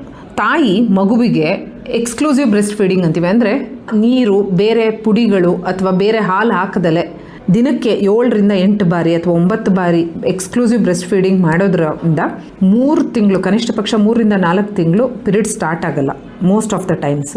ಸೊ ಇದು ಕೆಲವ್ರಿಗೆ ಏನಾಗುತ್ತೆ, ಸರಿಯಾಗಿ ಫೀಡಿಂಗ್ ಆಗ್ತಾ ಇಲ್ಲ, ಬ್ರೆಸ್ಟ್ ಮಿಲ್ಕ್ ಬರ್ತಾ ಇಲ್ಲ, ಎದೆ ಹಾಲು ಬರ್ತಾ ಇಲ್ಲ ಅಂದಾಗ ಪುಡಿ ಹಾಲು ಅಥವಾ ಬೇರೆ ಹಾಲುಗಳು ಹಾಕುವಾಗ ಫೀಡಿಂಗ್ ಫ್ರೀಕ್ವೆನ್ಸಿ ಕಡಿಮೆ ಆಗುತ್ತೆ. ಅವಾಗ ಏನಾಗುತ್ತೆ, ದೇಹದಲ್ಲಿರ್ತಕ್ಕಂಥ ಪ್ರೊಲ್ಯಾಕ್ಟಿನ್ ಹಾರ್ಮೋನ್ ಏನು ಹೈಯಲ್ಲಿರುತ್ತೆ ಅದು ಲೋ ಆಗಿ ಪೀರಿಯಡ್ಸ್ ಬೇಗ ಸ್ಟಾರ್ಟ್ ಆಗುತ್ತೆ. ತಾಯಿ ಮಗುವಿಗೆ ಚೆನ್ನಾಗಿ ಹಾಲು ಕುಡಿಸ್ತಾ ಇದ್ದಾಳೆ ಅಂದರೆ ತಕ್ಷಣಕ್ಕೆ ಪೀರಿಯಡ್ಸ್ ಬರಲ್ಲ. ಅದಕ್ಕೋಸ್ಕರನೇ ನಾವು ಎಲ್ಲ ಡೆಲಿವರಿ ಆಗಿರೋ ಪೇಷಂಟ್ಸ್ಗೆ, ಅದು ನಾರ್ಮಲ್ ಆಗಿರ್ಬೋದು, ಸಿಸೇರಿಯನ್ ಆಗಿರ್ಬೋದು, ಅವರಿಗೆ ಹೇಳ್ತೀವಿ ಫಸ್ಟ್ 3 ಮಂತ್ಸ್ ನೀವು ಚೆನ್ನಾಗಿ ಹಾಲು ಕುಡಿಸುವಾಗ ಪೀರಿಯಡ್ಸ್ ಆಗಲ್ಲ ಅಂತ. ಅದಾದ ನಂತರ ಪೀರಿಯಡ್ಸ್ ಆದಾಗ ನೀವು ಬಂದುಬಿಟ್ಟು ಕಾಪರ್ ಟೀ ಅಥವಾ ಕಾಂಟ್ರಸೆಪ್ಷನ್ಗೆ ರೆಡಿಯಾಗಿ ಅಂತ ಹೇಳ್ತೀವಿ. ಸಿಸೇರಿಯನ್ ಆಗಲಿ ನಾರ್ಮಲ್ ಡೆಲಿವರಿ ಆಗಲಿ, ಅಲ್ಲಿ ತನಕ ಗಂಡ ಹೆಂಡ್ತಿನ ಸೇರ್ಬಿಡಿ ಅಂತಲೇ ನಾವು ಹೇಳೋದು. ಇದು ಒಂದು ಲ್ಯಾಕ್ಟೇಷನಲ್ ಅಮೆನೋರಿಯಾ ಮೆಥಡು. ಇದು ನ್ಯಾಚುರಲ್ ಕಾಂಟ್ರಸೆಪ್ಷನ್ ಆಗಿ ಕೂಡ ಆ್ಯಕ್ಟ್ ಮಾಡುತ್ತೆ. ಇದಕ್ಕೆ ಕೆಲವ್ರಿಗೆ 1 ವರ್ಷ ಆದರೂ ಆಗಲ್ಲ, ಕೆಲವು 1.5 ವರ್ಷ ಆದರೂ ಆಗಲ್ಲ. ಅವರೆಲ್ಲ ಏನು ಮಾಡ್ತಿರ್ತಾರೆ ಅಂದರೆ ಹಾಲನ್ನ ಚೆನ್ನಾಗಿ ಕುಡಿಸ್ತಾ ಇರ್ತಾರೆ ಮಕ್ಕಳಿಗೆ. ಇನ್ನು ಕೆಲವರಲ್ಲಿ ರಕ್ತಹೀನತೆ ಇರುತ್ತೆ. ಅಂದರೆ ಡೆಲಿವರಿ ಆದಮೇಲೆ ನಾವೇನು ಹೇಳ್ತೀವಿ, ಫಸ್ಟ್ 4 to 6 ಮಂತ್ಸ್ ನೀವು ಕ್ಯಾಲ್ಶಿಯಂ ಐರನ್ ಟ್ಯಾಬ್ಲೆಟ್ಸ್ ತಗೊಳ್ಳೇಬೇಕು, ಸಪ್ಲಿಮೆಂಟ್ಸ್ನ ಅಂತ ಹೇಳ್ತೀವಿ. ಕೆಲವರು 1 ತಿಂಗಳು 2 ತಿಂಗಳು ತೊಗೊಂಡು ನಿಲ್ಲಿಸ್ಬಿಡ್ತಾರೆ. ಆವಾಗ ಹಿಮೋಗ್ಲೋಬಿನ್ ಕಡಿಮೆ ಆದಾಗಲೂ ಕೂಡ ಪೀರಿಯಡ್ಸ್ ಬೇಗ ಆಗಲ್ಲ. So that is also one of the reason. And ಇನ್ನು ಕೆಲವು ಸರಿ ಏನಾಗುತ್ತೆ ಅಂತ ಹೇಳಿದ್ರೆ ಪ್ರೆಗ್ನೆಂಟ್ ಆಗಿಬಿಟ್ಟಿರ್ತಾರೆ. 3 ಮಂತ್ಸ್ ಆದಮೇಲೆ ನಾವೇನು ಕಾಪರ್ ಟೀ ಯೂಸ್ ಮಾಡಿ ಅಥವಾ ಬೇರೆ ಕಾಂಟ್ರಸೆಪ್ಟಿವ್ ಮೆಥಡ್ಸ್, ಕಾಂಡೋಮ್ಸ್ ಆಗಿರ್ಬೋದು ಅಥವಾ ಪ್ರೊಜೆಸ್ಟ್ರಾನ್ ಓನ್ಲಿ ಪಿಲ್ಸ್ ಅಂತ ಬರ್ತವೆ, ಇಂಜೆಕ್ಷನ್ಸ್ ಕೆಲವು ತಗೋತಾರೆ. ಇದು ಯಾವುದನ್ನು ಫಾಲೋ ಮಾಡ್ದಲೆ ಗಂಡ ಹೆಂಡತಿ ಜೊತೆಗೆ ಸೇರಿ ಪೀರಿಯಡ್ಸ್ ಆಗಿಲ್ವಲ್ಲ ಬಿಡು ಅಂತ ಎಷ್ಟೋ ಜನ ನೆಗ್ಲೆಕ್ಟ್ ಮಾಡಿ 2 ತಿಂಗಳು 3 ತಿಂಗಳು 4 ತಿಂಗಳು ಆದಮೇಲೆ ಬರ್ತಾರೆ. ಆವಾಗ ನಾವು ಸ್ಕ್ಯಾನ್ ಮಾಡಿ ನೋಡಿದಾಗ ಗೊತ್ತಾಗುತ್ತೆ ಅವರು ಪ್ರೆಗ್ನೆಂಟ್ ಇದ್ದಾರೆ ಅಂತ. ಆವಾಗ ನಮಗೆ ಅಬಾರ್ಷನ್ ಮಾಡಿರಿ ಅಂತ ಕೇಳ್ತಾರೆ. ನಾರ್ಮಲ್ ಡೆಲಿವರಿ ಆದಾಗ ಅಬಾರ್ಷನ್ ಮಾಡಿಸೋದು ರಿಸ್ಕ್ ಸ್ವಲ್ಪ ಕಡಿಮೆ, ಬಟ್ ಸಿಸೇರಿಯನ್ ಆದಾಗ ಆ ಸ್ಕಾರೇ ಇನ್ನೂ ಮಾದಿರಲ್ಲ, ಇಮಿಡಿಯೇಟ್ ಪ್ರೆಗ್ನೆಂಟ್ ಆಗಿ ಅಬಾರ್ಷನ್ಸ್ ಮಾಡೋದು ಇದು ತುಂಬ ರಿಸ್ಕ್. ಸೊ ಅದಕ್ಕೆ ನಾವೆಲ್ಲರಿಗೂ ಹೇಳೋದು, ಈ ಲ್ಯಾಕ್ಟೇಷನಲ್ ಅಮೆನೋರಿಯಾ ಅಂದರೆ ಪೀರಿಯಡ್ಸ್ ಬಂದಿಲ್ಲ ಅಂತ ನೀವು ನೆಗ್ಲೆಕ್ಟ್ ಮಾಡೋಕ್ಕೆ ಹೋಗಬೇಡಿ ಅಥವಾ ಬರೋ ತನಕ ಕಾಯಕ್ಕೆ ಹೋಗಬೇಡಿ. ಫಸ್ಟ್ 2 to 3 ಮಂತ್ಸ್ ಆದ ತಕ್ಷಣ ಬಂದ್ಬಿಟ್ಟು ಕಾಂಟ್ರಸೆಪ್ಟಿವ್ ಅಡ್ವೈಸ್ ಅಂತ ಎಲ್ಲ ಡಾಕ್ಟರ್ಸು, ಸಾಮಾನ್ಯ ಎಲ್ಲ ಗೈನಕಾಲಜಿಸ್ಟು ನಿಮಗೆ ಹೇಳ್ತೀವಿ, ಅದನ್ನು ತಗೊಳ್ಳೋದು ಒಳ್ಳೆಯದು. ಇಲ್ಲ ಅಂದರೆ ಏನಾಗುತ್ತೆ ಅಂತ ಹೇಳಿದ್ರೆ ಇದು ಜೀವಕ್ಕೆ ಒಂದು ಅಪಾಯ ತರ್ತಕ್ಕಂತಹ ಒಂದು ಪರಿಸ್ಥಿತಿಯಾಗಿ ಮಾರ್ಪಾಡಾಗುತ್ತೆ. ಧನ್ಯವಾದಗಳು. ಯಾಕೆ ಸರ್ ಇವತ್ತು ತುಂಬಾ ಸುಸ್ತಾದಂಗೆ ಕಾಣ್ತೀರಾ? ಯಾಕೋ ಗೊತ್ತಿಲ್ಲ ಮೇಡಮ್, ಈ ಎದೆ ನೋವು ಆಗ್ತಿದೆ. ಮೊನ್ನೆ ನಮ್ ಯಜಮಾನ್ರಿಗೂ ಹೀಗೆ ಆಗಿತ್ತು. ಶಿವಮೊಗ್ಗದ ಸರ್ಜಿ ಸೂಪರ್ ಸ್ಪೆಷಾಲಿಟಿ ಆಸ್ಪತ್ರೆಗೆ ಹೋದ್ವಿ. ಅಲ್ಲಿ ಸುಸಜ್ಜಿತವಾಗಿರೋ ಕಾರ್ಡಿಯಾಲಜಿ ವಿಭಾಗದಲ್ಲಿ ಚಿಕಿತ್ಸೆ ಕೊಡಿಸಿದ್ವಿ. ಈಗ ನಮ್ಮ ಮನೆಯವರು ಆರಾಮಾಗಿದ್ದಾರೆ. ಅಲ್ಲಿ ನುರಿತ ಹೆಸರಾಂತ ಹೃದಯ ರೋಗ ತಜ್ಞ ವೈದ್ಯರಿದ್ದಾರೆ. ECG, echo, TMT, angiogram, angioplasty, pacemaker, ಹೀಗೆ ಎಲ್ಲಾ ರೀತಿಯ ಚಿಕಿತ್ಸೆಗಳು ಲಭ್ಯ. ಅದು ಕಡಿಮೆ ದರದಲ್ಲಿ. ಅಷ್ಟೇ ಅಲ್ಲ, ನಗುಮೊಗದ ಸೇವೆ ಕೂಡ ಸಿಗುತ್ತೆ. ಇಂದೇ ಭೇಟಿ ಕೊಡಿ. ಸರ್ಜಿ ಸೂಪರ್ ಸ್ಪೆಷಾಲಿಟಿ ಆಸ್ಪತ್ರೆ, ರಾಘವೇಂದ್ರ ಸ್ವಾಮಿ ಮಠದ ಹತ್ತಿರ, ಶಿವಮೊಗ್ಗ. ಹೆಲ್ತ್ ಹಿಟ್ಸ್ ಆರೋಗ್ಯ ಸೂತ್ರ ಕಾರ್ಯಕ್ರಮ ಕೇಳಿದಿರಿ. ಈ ಕಾರ್ಯಕ್ರಮದ ಪ್ರಾಯೋಜಕರು ಸರ್ಜಿ ಆಸ್ಪತ್ರೆ, ಶಿವಮೊಗ್ಗ. ಆಕಾಶವಾಣಿ ಭದ್ರಾವತಿ. ಹೆಲ್ತ್ ಹಿಟ್ಸ್ ಆರೋಗ್ಯ ಸೂತ್ರ ಕಾರ್ಯಕ್ರಮ.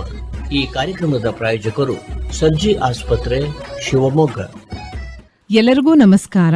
ನಾನು ಡಾಕ್ಟರ್ ಚಂದುಶ್ರೀ ಬಿಪಿ, ಪ್ರಸೂತಿ ಮತ್ತು ಸ್ತ್ರೀ ರೋಗ ತಜ್ಞೆ, ಬಂಜೆತನ ನಿವಾರಣೆ ಮತ್ತು ಲ್ಯಾಪ್ರೋಸ್ಕೋಪಿಕ್ ಸರ್ಜನ್ ಆಗಿ ಸರ್ಜಿ ತಾಯಿ ಮತ್ತು ಮಕ್ಕಳ ಆಸ್ಪತ್ರೆ ಮತ್ತು ಸರ್ಜಿ ಪುಷ್ಯ ಆಸ್ಪತ್ರೆಯಲ್ಲಿ ಕಾರ್ಯನಿರ್ವಹಿಸ್ತಾ ಇದ್ದೇನೆ. ಇವತ್ತಿನ ವಿಷಯ ಲ್ಯಾಪ್ರೋಸ್ಕೋಪಿಕ್ ಸ್ತ್ರೀ ರೋಗ ಶಸ್ತ್ರಚಿಕಿತ್ಸೆ ಅಂದರೆ ಏನು, ಇದರದ್ದು ಇಂಪಾರ್ಟೆನ್ಸ್ ಏನು. ಈ ಶಸ್ತ್ರಚಿಕಿತ್ಸೆ ಹೊಟ್ಟೆ ಮೇಲ್ಭಾಗದಲ್ಲಿ ಒಂದು ಸಣ್ಣ ರಂಧ್ರಗಳ ಮೂಲಕ ಅಂದರೆ ಕೀ ಹೋಲ್ ಸರ್ಜರಿ ಅಂತಲೂ ಹೇಳ್ತೀವಿ. ಇದಕ್ಕೆ ಕ್ಯಾಮ್ರಾ ಮತ್ತು ಇನ್ನೂ ವಿಶೇಷವಾದ ಉಪಕರಣಗಳನ್ನ ಬಳಸ್ಕೊಂಡು ನಡೆಸುವ ಒಂದು ಶಸ್ತ್ರಚಿಕಿತ್ಸೆಗೆ ನಾವು ಲ್ಯಾಪ್ರೋಸ್ಕೋಪಿ ಅಂತ ಹೇಳ್ತೇವೆ. ಇದರಲ್ಲಿ ಕಡಿಮೆ ನೋವಿನ ಚಿಕಿತ್ಸೆಯಾಗಿದೆ ಮತ್ತು ಗರ್ಭಾಶಯದ ಅಂದರೆ ಯೂಟ್ರಸ್ ಇರ್ತಕ್ಕಂತಹ ಫೈಬ್ರಾಯ್ಡ್ಸು, ಮಯೋಮೆಕ್ಟಮಿ ಅಂತ ಹೇಳ್ತೀವಿ ತೆಗೆಯೋದಕ್ಕೆ, ಅಂಡಾಶಯದಲ್ಲಿರ್ತಕ್ಕಂತಹ ಸಿಸ್ಗಳನ್ನ ತೆಗೆಯೋದಕ್ಕೆ ಸಿಸ್ಟೆಕ್ಟಮಿ ಅಂತ ಹೇಳ್ತೀವಿ, ಮತ್ತು ಎಂಡೋಮೆಟ್ರಿಯೋಸಿಸ್ ಅಂತಕ್ಕಂತಹ ಒಂದು ಸಿಸ್ ಆಗಿರ್ಬೋದು ಅಥವಾ endometriosis major surgeries, deep endometriosis ಅಲ್ಲಿ ಸರ್ಜರೀಸ್ ಆಗಿರ್ಬೋದು, ಮತ್ತು ಬಂಜೆತನ ಸಮಸ್ಯೆಗಳಿಗೆ ಬೇಕಾಗ್ತಕ್ಕಂತಹ ಲ್ಯಾಪ್ರೋಸ್ಕೋಪಿ ಅಂದರೆ tubal patency test, fallopian tubes patent ಇದೆಯಾ ಇಲ್ವಾ ನೋಡೋಕ್ಕೆ, ಮತ್ತು ಗರ್ಭಕೋಶದ ಒಳಭಾಗ ಯಾವ ಥರ ಇದೆ ಹಿಸ್ಟ್ರೋಸ್ಕೋಪ್ಸ್ ಯೂಸ್ ಮಾಡ್ತೀವಿ. ಸೊ ಇದನ್ನು ನಾವು ಲ್ಯಾಪ್ರೋಸ್ಕೋಪಿಕ್ ಸ್ತ್ರೀ ರೋಗ ಶಸ್ತ್ರಚಿಕಿತ್ಸೆ ಅಂತ ಕರಿತೀವಿ. ಈ ಲ್ಯಾಪ್ರೋಸ್ಕೋಪಿಕ್ ಇಂಪಾರ್ಟೆಂಟ್ ಅಂಶಗಳೇನು ಅಂತ ಹೇಳಿದ್ರೆ, ಹೊಟ್ಟೆ ಮೇಲ್ಭಾಗದಲ್ಲಿ ನಾವು 1 to 1.5 ಸೆಂಟಿಮೀಟರ್ ಅಷ್ಟು ಒಂದು ಸಣ್ಣ ಹೋಲ್ಸ್ನ ಮಾಡ್ಕೊಂಡ್ಬಿಟ್ಟು ಲ್ಯಾಪ್ರೋಸ್ಕೋಪಿಕ್ ಕ್ಯಾಮ್ರಾ ಮತ್ತು ವಿಶೇಷವಾದ ಒಂದು ಇನ್ಸ್ಟ್ರೂಮೆಂಟ್ಸ್ನ ಪಾಸ್ ಮಾಡಿ ನಾವು ಆ ಒಂದು ಶಸ್ತ್ರಚಿಕಿತ್ಸೆನ ಕಂಟಿನ್ಯೂ ಮಾಡ್ತೇವೆ. ಇದರ ಪ್ರಯೋಜನಗಳೇನಪ್ಪ ಅಂತ ಹೇಳಿದ್ರೆ, ನೋವು ಕಡಿಮೆ ಇರುತ್ತೆ ಆಪ್ರೇಷನ್ ಆದಮೇಲೆ, ಮತ್ತು ಬ್ಲೀಡಿಂಗ್ ಕಡಿಮೆ ಇರುತ್ತೆ, ಆಮೇಲೆ ಪೋಸ್ಟ್ ಆಪರೇಟಿವ್ ರಿಕವರಿ ಅಂದರೆ ಪೇಷಂಟ್ಸ್ ಬೇಗ ಓಡಾಡಿಕೊಂಡು ನೋವು ಕಡಿಮೆ ಆಗಿ ಹೀಲಿಂಗ್ ಚೆನ್ನಾಗಾಗುತ್ತೆ ವೂಂಡ್ಸ್ದು. ಪೇಷಂಟ್ ಕಾಂಪ್ಲಿಯನ್ಸ್ ಅಂತ ಏನು ಹೇಳ್ತೀವಿ, ಪೇಷಂಟ್ ತುಂಬ ಬೇಗ ರಿಕವರಿ ಆಗ್ತಾರೆ. ಇದರಲ್ಲಿ ಕಾಮನ್ ಆಗಿ ಯಾವ್ಯಾವುದು ಲ್ಯಾಪ್ರೋಸ್ಕೋಪಿ ಯೂಸ್ ಮಾಡ್ತಕ್ಕಂಥ ಸರ್ಜರೀಸ್ ಯಾವುವು ಅಂತ ಹೇಳಿದ್ರೆ, ಫೈಬ್ರಾಯ್ಡ್ಸ್ ರಿಮೂವಲ್, ಸಣ್ಣ ಫೈಬ್ರಾಯ್ಡ್ಸ್ ಅಥವಾ ದೊಡ್ಡ ಫೈಬ್ರಾಯ್ಡ್ಸ್ನ ಮಾತ್ರ ತೆಗೆಯೋದು, ಮಯೋಮೆಕ್ಟಮೀಸ್ ಅಂತ ಹೇಳ್ತೀವಿ, ಅಂಡಾಶಯದಲ್ಲಿರ್ತಕ್ಕಂತಹ ಸಿಸ್ಟ್ಸ್ಗಳನ್ನ ನಾವು ತೆಗೆಯೋದು, ಮತ್ತು ಗರ್ಭಕೋಶನ ತೆಗೆಯೋದಕ್ಕೆ ಇದಕ್ಕೆ ಟೋಟಲ್ ಲ್ಯಾಪ್ರೋಸ್ಕೋಪಿಕ್ ಹಿಸ್ಟ್ರೆಕ್ಟಮಿ ಅಂತ ಹೇಳ್ತೀವಿ. ಆಮೇಲೆ ಇದನ್ನೆಲ್ಲ ಸಪೋರ್ಟ್ಸ್ ಆಫ್ ದ ಯೂಟ್ರಸ್ನ ಮೇಲ್ಗಡೆ ಲ್ಯಾಪ್ರೋಸ್ಕೋಪಿ ಪಾಸ್ ಮಾಡಿ ಕಟ್ ಮಾಡಿಕೊಂಡು ಅದನ್ನ ಯೋನಿ ಮುಖಾಂತರ ನಾವು ಗರ್ಭಕೋಶನ ರಿಮೂವ್ ಮಾಡ್ತೀವಿ. ಎಂಡೋಮೆಟ್ರಿಯೋಸಿಸ್ ಚಿಕಿತ್ಸೆ ಆಗಿರ್ಬೋದು. ಇದರಲ್ಲಿ 2 to 3 ದಿನ ಅಡ್ಮಿಷನ್ ಸಾಕಾಗುತ್ತೆ. ನೆಕ್ಸ್ಟ್ ಪೇಷಂಟ್ ಡಿಸ್ಚಾರ್ಜ್ ಆಗಿ ಹೋಗ್ಬೋದು. ನೆಕ್ಸ್ಟ್ ಟ್ಯುಬೆಕ್ಟಮಿ ಒಂದು ನಿಮಗೆ ಗೊತ್ತಿರೋ ಹಾಗೆ ಇದನ್ನು 2 ಮಕ್ಕಳು ಆದ ನಂತರ ಮಾಡ್ತಕ್ಕಂಥ ಒಂದು ಪ್ರೊಸೀಜರ್ ಆಗಿರೋದ್ರಿಂದ 1 ಡೇ ಅಂದರೆ ಡೇ ಕೇರ್ ಸರ್ಜರಿ ಥರ ಬೆಳಗ್ಗೆ ಅಡ್ಮಿಷನ್ ಆದರೆ ಸಂಜೆ ನಾವು ಡಿಸ್ಚಾರ್ಜ್ ಮಾಡಿ ಕಳಿಸ್ಬೋದು. ಇದರಲ್ಲಿ ನಾವೇನು ಮಾಡ್ತೀವಿ ಅಂತ ಹೇಳಿದ್ರೆ, ಫೆಲೋಪ್ ರಿಂಗ್ಸ್ ಅಂತ ಬರ್ತವೆ, ಅದನ್ನಾದರೂ ಹಾಕ್ಬೋದು, ಇಲ್ಲ ಟ್ಯೂಬ್ಸ್ನ ಕಟ್ ಮಾಡಿ ತೆಗೆದ್ಬಿಟ್ಟು ನಾವು ಈ ಸರ್ಜರಿನ ಕಂಟಿನ್ಯೂ ಮಾಡ್ತೀವಿ. ಸೊ ಎಷ್ಟೋ ಜನ ಪೇಷಂಟ್ಸ್ ನಮ್ಮನ್ನು ಕೇಳ್ತಾರೆ, ಮೇಡಮ್ ಲ್ಯಾಪ್ರೋಸ್ಕೋಪಿಲಿ ಆಪ್ರೇಷನ್ಸ್ ಕ್ಲೀನಾಗಿ ಆಗಲ್ಲ, ಹೊಟ್ಟೆ ಕೊಯ್ದು ತೆಗೆದಾಗ ನಮ್ಮ ಎಲ್ಲ ಕ್ಲಿಯರ್ ಆಗುತ್ತೆ, ಇಲ್ಲ ಅಂದರೆ ಅರ್ಧಂಬರ್ಧ ಒಳಗಡೆ ಉಳ್ಕೊಳ್ಳುತ್ತೆ. ಇದು ತಪ್ಪು ಕಲ್ಪನೆ. ನಾವು ಏನು ಮಾಡ್ತೀವಿ, ತುಂಬ ದೊಡ್ಡ ಗಾತ್ರದಲ್ಲಿರ್ತಕ್ಕಂಥ ಫೈಬ್ರಾಯ್ಡ್ಸು ಸಿಸ್ನ ಏನು ಮಾಡ್ತೀವಿ, ನಾವಿವಾಗ ಅದನ್ನು ಮಯೋಮಾಸ್ಕ್ರೂ ಇದು ಬರ್ದಿದೆ, ಮಾರ್ಸಲೇಟರ್ಸ್ ಅಂತ ಬಂದಿದೆ, ಅವನ್ನ ಯೂಸ್ ಮಾಡಿ ಸಣ್ಣ ಸಣ್ಣ ಗಾತ್ರಕ್ಕೆ ಮಾಡಿಕೊಂಡು ಅದನ್ನು ಯೋನಿ ಮುಖಾಂತರನೇ ತೆಗೆಯೋದ್ರಿಂದ ಇದೇನು ಸಮಸ್ಯೆ ಆಗಲ್ಲ, ಮತ್ತು ಎಲ್ಲ ಕ್ಲೀನಾಗಿ ಕಂಪ್ಲೀಟಾಗಿ ರಿಮೂವ್ ಆಗುತ್ತೆ.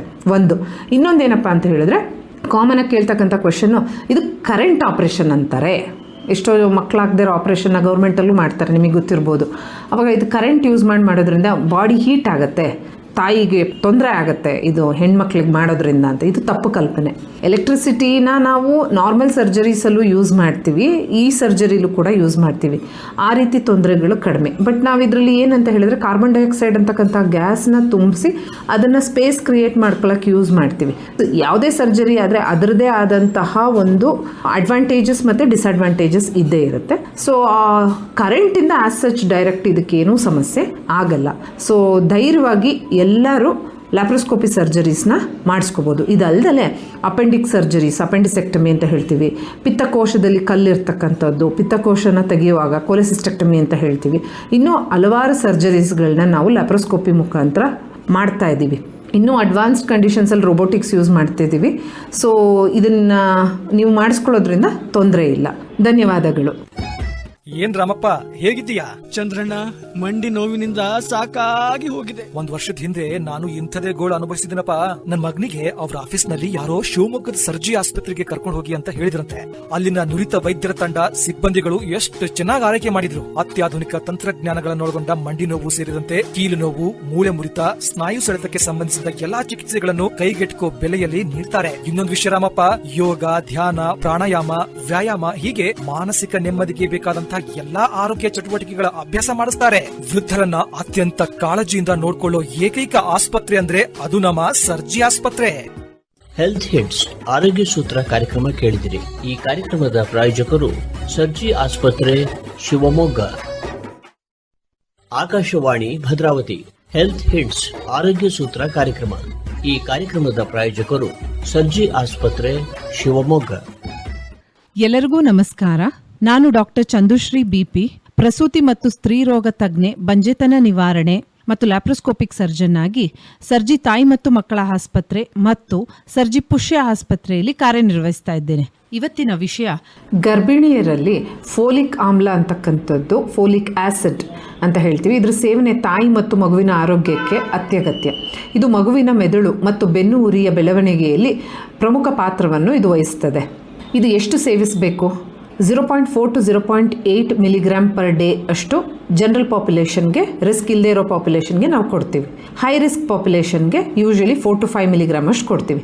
ಈ ಹೈ ರಿಸ್ಕ್ ಪಾಪ್ಯುಲೇಷನ್ ಅಂತ ಹೇಳಿದ್ರೆ ಸಂಬಂಧದಲ್ಲಿ ಮದುವೆ ಆಗಿರೋದು, ಇಲ್ಲ ಫಿಟ್ಸ್ ಇರುತ್ತೆ, ಅವರು ಫಿಟ್ಸ್ ಮಾತ್ರೆಗಳನ್ನ ತಗೋತಾ ಇರ್ತಾರೆ, ಇಲ್ಲ ಮುಂಚೆ ಅಬಾರ್ಷನ್ಸ್ ಆಗಿರುತ್ತೆ ಅವರಿಗೆ. ಇಂಥವ್ರಿಗೆ ಏನು ಮಾಡ್ತೀವಿ ಅಂತ ಹೇಳಿದ್ರೆ ಡೋಸ್ನ ಜಾಸ್ತಿ ಮಾಡಿ 4 to 5 ಮಿಲಿಗ್ರಾಮ್ ಪರ್ ಡೇ ಅಷ್ಟು ಪ್ರೆಗ್ನೆಂಟ್ ಆಗೋಕ್ಕಿಂತ ಮುಂಚೆ ಪ್ರೀ ಕನ್ಸೆಪ್ಷನ್ ಪೀರಿಯಡಲ್ಲೇ ಸ್ಟಾರ್ಟ್ ಮಾಡೋಕ್ಕೆ ಹೇಳ್ತೀವಿ. ನಂತರ ಪ್ರೆಗ್ನೆನ್ಸಿ ಆದಮೇಲೆ ಫಸ್ಟ್ 3 ತಿಂಗಳು ಇದನ್ನು ಕಡ್ಡಾಯವಾಗಿ ಕಂಟಿನ್ಯೂ ಮಾಡಬೇಕು. 3 ತಿಂಗಳು ನಂತರನೂ ಕೂಡ ಕಂಟಿನ್ಯೂ ಮಾಡ್ತಾರೆ ಕೆಲವು ಗೈನಕಾಲಜಿಸ್ಟ್ಗಳು. But at least preconception pregnancy ಆಗೋಕ್ಕಿಂತ ಮುಂಚೆ ಸ್ಟಾರ್ಟ್ ಮಾಡಿ ನೆಕ್ಸ್ಟ್ ಫಸ್ಟ್ 3 ಮಂತ್ಸ್ ಇದನ್ನು ತಗೊಳ್ಳೋದ್ರಿಂದ ಮಗುವಿಗೆ ನ್ಯೂರಲ್ ಟ್ಯೂಬ್ ಡಿಫೆಕ್ಟ್ಸ್, ಈ ನ್ಯೂರಲ್ ಟ್ಯೂಬ್ ಡಿಫೆಕ್ಟ್ಸ್ ಅಂದರೆ ಮೆದುಳಲ್ಲಿ ಕೆಲವು ಡಿಫೆಕ್ಟ್ಸ್ ಆಗುತ್ತೆ. ಮೆನಿಂಗೋಮೈಲೋಸಿಲೋ, ಹೈಡ್ರೋಸೆಫಲಸ್ಸು, ಬ್ರೈನ್ ದಪ್ಪ ಆಗ್ತಕ್ಕಂಥದ್ದು, ಮತ್ತು ಸ್ಪೈನಲ್ ಕಾರ್ಡಲ್ಲಿ ಏನಾದರೂ ಅಬ್ನಾರ್ಮಾಲಿಟೀಸ್ ಇರುತ್ತೆ, ಮೆನಿಂಗೋಸಿಲ್, ಆ ಥರದ್ದೆಲ್ಲ ತಡೆಗಟ್ಟಕ್ಕೆ ಇದು ತುಂಬ ಹೆಲ್ಪ್ ಆಗುತ್ತೆ. ಆಮೇಲೆ ಮದರ್ ಏನಾದರೂ ಡಯಾಬಿಟಿಕ್ ಮುಂಚೆನೇ, ಪ್ರೆಗ್ನೆನ್ಸಿಗಿಂತ ಮುಂಚೆನೇ ಡಯಾಬಿಟಿಕ್ಸ್ ಇದ್ದರೆ ಹಾರ್ಟ್ ಪ್ರಾಬ್ಲಮ್ಸ್ನ ತಡೆಗಟ್ಟೋದಕ್ಕೆ, ಸ್ಪೈನಲ್ ಕಾರ್ಡ್ ಡಿಫಾರ್ಮಿಟೀಸ್ನ ಪ್ರಿವೆಂಟ್ ಮಾಡೋಕ್ಕೆ ಇದು ತುಂಬ ಹೆಲ್ಪ್ ಮಾಡುತ್ತೆ. ಸೊ ಎಷ್ಟು ದಿನಗಳವರೆಗೆ ಸೇವಿಸಬೇಕು ಅಂತ ಹೇಳಿದ್ರೆ ಫಸ್ಟ್ 3 ಮಂತ್ಸ್ ಆಫ್ ಪ್ರೆಗ್ನೆನ್ಸಿ ಇದು ತುಂಬ ಇಂಪಾರ್ಟೆಂಟು. ಇದಲ್ಲದೆ ಇದು ಅನಿಮಿಯಾ ಅಂದರೆ ರಕ್ತಹೀನತೆ ತಡೆಗಟ್ಟುವಿಕೆಗೂ ಇದು ತುಂಬ ಹೆಲ್ಪ್ ಮಾಡುತ್ತೆ. ಕೆಂಪು ಕಣಗಳ ಉತ್ಪಾದನೆಗೆ ಸಹಾಯ ಮಾಡುತ್ತದೆ ಮತ್ತು ಅಬಾರ್ಷನ್ಸ್ನ ಪ್ರಿವೆಂಟ್ ಮಾಡುತ್ತದೆ. ನಾರ್ಮಲ್ ಆಗಿರ್ತಕ್ಕಂಥ ಆಹಾರದಲ್ಲೂ ಕೂಡ ನಮಗೆ ಫೋಲಿಕ್ ಆ್ಯಸಿಡ್ ಸಿಗುತ್ತೆ. ಪಾಲಕ್ ಸೊಪ್ಪು, ಮೆಂತ್ಯ ಸೊಪ್ಪು, ಹೆಸರುಬೇಳೆ, ತೊಗರಿಬೇಳೆ, ಬೀಟ್ರೂಟು, ಬ್ರೊಕೋಲಿ, ಬೆಂಡೆಕಾಯಿ, ಮತ್ತು ಹಣ್ಣುಗಳಲ್ಲಿ ಸಿಟ್ರಸ್ ಫ್ರೂಟ್ಸ್, ಕಿತ್ತಲೆ, ನಿಂಬೆಹಣ್ಣು, ಮೂಸಂಬಿ ಇಂಥ ತೊಗೊಳೋದ್ರಿಂದ ನಮಗೆ ಫೋಲಿಕ್ ಆ್ಯಸಿಡ್ ಸಪ್ಲಿಮೆಂಟ್ಸ್ ಜಾಸ್ತಿ ಆಗುತ್ತೆ. ನೆಕ್ಸ್ಟು ಐರನ್ ಯಾವಾಗ ತೊಗೋಬೇಕು ಪ್ರೆಗ್ನೆನ್ಸಿಲಿ ಮತ್ತು ಎಷ್ಟು ಡೋಸಲ್ಲಿ ತೊಗೋಬೇಕು? ಐರನ್ ನಮಗೆ ಪ್ರೆಗ್ನೆನ್ಸಿಲಿ ಯಾಕೆ ಇಂಪಾರ್ಟೆಂಟ್ ಅಂತ ಹೇಳಿದ್ರೆ, ಯೂಶಲಿ ಫಸ್ಟೇ ನಮ್ಮ ಇಂಡಿಯಾದಲ್ಲಿ ಅನಿಮಿಯಾ ಅಂತಕ್ಕಂಥದ್ದು ತುಂಬ ಕಾಮನ್ ಆಗಿದೆ. ಅಂದರೆ ರಕ್ತ ಕಡಿಮೆ ಇರುತ್ತೆ ಎಷ್ಟೊಂದು ಜನರಲ್ಲಿ. ಆ ಒಂದು ಸ್ಥಿತಿಲೇ ಅವರು ಪ್ರೆಗ್ನೆಂಟ್ ಆದಾಗ ಪ್ರೆಗ್ನೆನ್ಸಿ ಡಿಮ್ಯಾಂಡ್ಸ್ ಮೋರ್ ಐರನ್, ಅಂದರೆ ಮಗು ಬೆಳವಣಿಗೆಗೆ ಹೆಚ್ಚು ಐರನ್ ಬೇಕಾಗುತ್ತೆ. ಯಾಕಂದರೆ ಇಲ್ಲಿ ಏನಾಗುತ್ತೆ, ಕೆಂಪು ಕಣಗಳ ಒಂದು ಪ್ರೊಡಕ್ಷನ್ ಜಾಸ್ತಿ ಮಾಡಬೇಕಾಗುತ್ತೆ. ಬ್ಲಡ್ ವಾಲ್ಯೂಮ್ಗೆ ತಕ್ಕಂಗೆ, ಬ್ಲಡ್ ವಾಲ್ಯೂಮ್ ಆಲ್ಮೋಸ್ಟ್ 40% ಅಷ್ಟು ಪ್ರೆಗ್ನೆನ್ಸಿಲಿ ಜಾಸ್ತಿ ಆಗೋದ್ರಿಂದ ಅದೇ ರೇಷಿಯೋಗೆ RBCs ಜಾಸ್ತಿ ಆಗೋಕ್ಕೆ ಆಗಲ್ಲ. ಸೊ ಹಾಗಾಗಿ ಐರನ್ ಡಿಫಿಷಿಯನ್ಸಿ, ಅನಿಮಿಯಾ ಆಗೇ ಆಗುತ್ತೆ ಪ್ರೆಗ್ನೆನ್ಸಿಗಳಲ್ಲಿ. ಸೊ ಹಾಗಾಗಿ ನಾವು ಐರನ್ ಸಪ್ಲಿಮೆಂಟ್ಸ್ನ ಕೊಡಲೇಬೇಕು. 30 to 60 ಮಿಲಿಗ್ರಾಮ್ ಎಲಿಮೆಂಟಲ್ ಡೈಲಿ ಐರನ್ನ ನಾವು ಸೆಕೆಂಡ್ ಟ್ರೈಮಿಸ್ಟರ್ ಅಂದರೆ 3 ತಿಂಗಳಾದ ನಂತರ ಪ್ರೆಗ್ನೆನ್ಸಿ 4ನೇ ತಿಂಗಳಿಂದ ಪ್ರಾರಂಭ ಮಾಡ್ತೀವಿ. ಇನ್ನು ಕೆಲವರಲ್ಲಿ 11 ಗ್ರಾಮ್ 10 ಗ್ರಾಮ್ಗಿಂತ ಕಡಿಮೆ ಇತ್ತು ಅಂತ ಹೇಳಿದ್ರೆ ದಿನಕ್ಕೆ 2 ಮಾತ್ರೆ ತಗೊಳಕ್ಕೆ ಹೇಳ್ತೀವಿ. ಅವಾಗ 60 to 120 ಮಿಲಿಗ್ರಾಮ್ ಪರ್ ಡೇ ಬೇಕಾಗುತ್ತೆ ಎಲಿಮೆಂಟಲ್ ಐರನ್ನು. ಸೊ ಇದನ್ನು ಯಾವಾಗ ತಗೋಬೇಕು? ಊಟ ಆದ ನಂತರ 1 to 2 ಅವರ್ಸ್ ಆದಮೇಲೆ ಖಾಲಿ ಹೊಟ್ಟೆಲಿ ತಗೊಳ್ಳೋದ್ರಿಂದ ಅಬ್ಸಾರ್ಪ್ಷನ್ ಜಾಸ್ತಿ ಆಗುತ್ತೆ. ಕ್ಯಾಲ್ಸಿಯಂ ಮಾತ್ರೆ ಜೊತೆ ಇದನ್ನು ತಗೋಬಾರ್ದು. ನೆಕ್ಸ್ಟು ಟೀ, ಕಾಫಿ ಇದ್ರ ಜೊತೆನೂ ತಗೊಳ್ಳೋದ್ರಿಂದ ಇದ್ರ ಅಬ್ಸಾರ್ಪ್ಷನ್ನ ಕಡಿಮೆ ಆಗುತ್ತೆ. ಸೊ ಮಗು ಅಬಾರ್ಷನ್ಸ್ ಆಗೋದು, ಆಮೇಲೆ ಮಗುವಿನ ಗ್ರೋತ್ ಕಡಿಮೆ ಆಗೋದು, ಇದೆಲ್ಲ ತೊಂದರೆ ಆಗುತ್ತೆ ಐರನ್ನ ಕರೆಕ್ಟಾಗಿ ತಗೊಳ್ಳಿಲ್ಲ ಅಂದರೆ. ನೆಕ್ಸ್ಟ್ ಕ್ಯಾಲ್ಶಿಯಮ್ನ ನಾವು ಡೈಲಿ ಯೂಶಲಿ ನಾವು ಬೆಳಗ್ಗೆ ಹೊತ್ತು ತೊಗೋಬೇಕಾಗತ್ತೆ. ಯಾವಾಗ ತೊಗೋಬೇಕು? ಊಟ ಆದ ನಂತರ ತೊಗೋಬೇಕಾಗತ್ತೆ. ಆಮೇಲೆ ಈ ಕ್ಯಾಲ್ಶಿಯಂ ತಗೊಂಡಾಗ 500 ಮಿಲಿಗ್ರಾಮ್ ಅಷ್ಟು ಕ್ಯಾಲ್ಶಿಯಂ ನಮಗೆ ಡೈಲಿ ಬೇಕಾಗುತ್ತೆ. ಕ್ಯಾಲ್ಶಿಯಂ ಕಾರ್ಬೋನೇಟು ಮೋಸ್ಟ್ ಕಾಮನ್ ಆಗಿ ನಾವು ತಗೊಳ್ತಕ್ಕಂಥ, ಅಥವಾ ಕ್ಯಾಲ್ಶಿಯಂ ಸಿಟ್ರೇಟ್, ಇದು ಸಪ್ಲಿಮೆಂಟ್ಸು. ಇದನ್ನು D3 ಜೊತೆ ಕಾಂಬಿನೇಷನ್ ಕೊಟ್ಟಾಗ ಅಬ್ಸಾರ್ಪ್ಷನ್ ಇನ್ನೂ ಜಾಸ್ತಿ ಆಗುತ್ತೆ. ಕೆಲವರಲ್ಲಿ ಏನಾಗುತ್ತೆ, ಕಾಲು ಹಿಡ್ಕೊಳ್ಳುತ್ತೆ ಮೇಡಮ್ ಅಂತ ಹೇಳ್ತಾರೆ, ಅಥವಾ ನಮಗೆ ಬೆನ್ನು ತುಂಬ ಬರ್ತಿದೆ ಅಂತಾರೆ. ಅಂಥವ್ರಲ್ಲಿ ನಾವು ಡೋಸ್ನ ಡಬಲ್ ಮಾಡಿ ಕೊಡ್ಬೋದು. ಇದನ್ನು ಕೂಡ ಯೂಶಲಿ ಆಫ್ಟರ್ 3 ತಿಂಗಳಾದಮೇಲೆ ನಾವು ಕೊಡ್ತೀವಿ. ಆ್ಯಂಡ್ ಇದ್ರದ್ದು ಸೈಡ್ ಎಫೆಕ್ಟ್ಸ್ ಏನಂತ ಹೇಳಿದ್ರೆ ಮೋಷನ್ ಗಟ್ಟಿ ಆಗೋದು, ಆಮೇಲೆ ಗ್ಯಾಸ್ಟ್ರೈಟಿಸ್ ಆಗೋದು. ಸೊ ಹಾಗಾಗಿ ಇದನ್ನು ನೋಡಿ ಕೊಡಬೇಕಾಗತ್ತೆ ನಾವು. ಸೊ ಇದಿಷ್ಟು ಕ್ಯಾಲ್ಶಿಯಂ, ಐರನ್ ಮತ್ತು ಫೋಲಿಕ್ ಆ್ಯಸಿಡ್ ಯಾವಾಗ ತಗೋಬೇಕಾಗಿರ್ತಕ್ಕಂಥ ಮಾಹಿತಿ. ಧನ್ಯವಾದಗಳು. ಶಿವಮೊಗ್ಗದ ಸರ್ಜಿ ಆಸ್ಪತ್ರೆಯಲ್ಲಿ ಮೊಡವೆ, ಡ್ಯಾಂಡ್ರಫ್, ಭಂಗು, ಹುಳುಕಡ್ಡಿ, ಅಲರ್ಜಿ, ತೊನ್ನು, ಇಸುಬು, ಸರ್ಪ ಹುಣ್ಣು, ನರಗುಳ್ಳೆ ತಗ್ಸೋದು, ಹಂಗೆ ಮುಖದಲ್ಲಿರೋ ಕೂದಲು ತೆಗೆಯೋದು, ಹಿಂಗೆ ಎಲ್ಲಾ ರೀತಿಯ ಚಿಕಿತ್ಸೆ ಮಾಡ್ತಾರೆ. ಹೌದು, ಹಲವಾರು ವರ್ಷಗಳಿಂದ ಗುಣಮಟ್ಟದ ಆರೋಗ್ಯ ಸೇವೆ ನೀಡುತ್ತಾ ಬಂದಿರುವ ಸರ್ಜಿ ಆಸ್ಪತ್ರೆಯಲ್ಲಿ ಅತ್ಯಾಧುನಿಕ ತಂತ್ರಜ್ಞಾನದಿಂದ ನುರಿತ ವೈದ್ಯರ ತಂಡದಿಂದ ಕೈಗೆಟಕುವ ಬೆಲೆಯಲ್ಲಿ ನಿಮ್ಮ ಚರ್ಮ ಮತ್ತು ಸೌಂದರ್ಯ ಸಂಬಂಧಿಸಿದ ಎಲ್ಲಾ ಬಗೆಯ ಚಿಕಿತ್ಸೆ ಲಭ್ಯ. ಇಂದೇ ಭೇಟಿ ಕೊಡಿ ಸರ್ಜಿ ಸೂಪರ್ ಸ್ಪೆಷಾಲಿಟಿ ಆಸ್ಪತ್ರೆ, ರಾಘವೇಂದ್ರ ಸ್ವಾಮಿ ಮಠದ ಹತ್ತಿರ, ಶಿವಮೊಗ್ಗ. ಹೆಲ್ತ್ ಹಿಟ್ಸ್ ಆರೋಗ್ಯ ಸೂತ್ರ ಕಾರ್ಯಕ್ರಮ ಕೇಳಿದಿರಿ. ಈ ಕಾರ್ಯಕ್ರಮದ ಪ್ರಾಯೋಜಕರು ಸರ್ಜಿ ಆಸ್ಪತ್ರೆ, ಶಿವಮೊಗ್ಗ.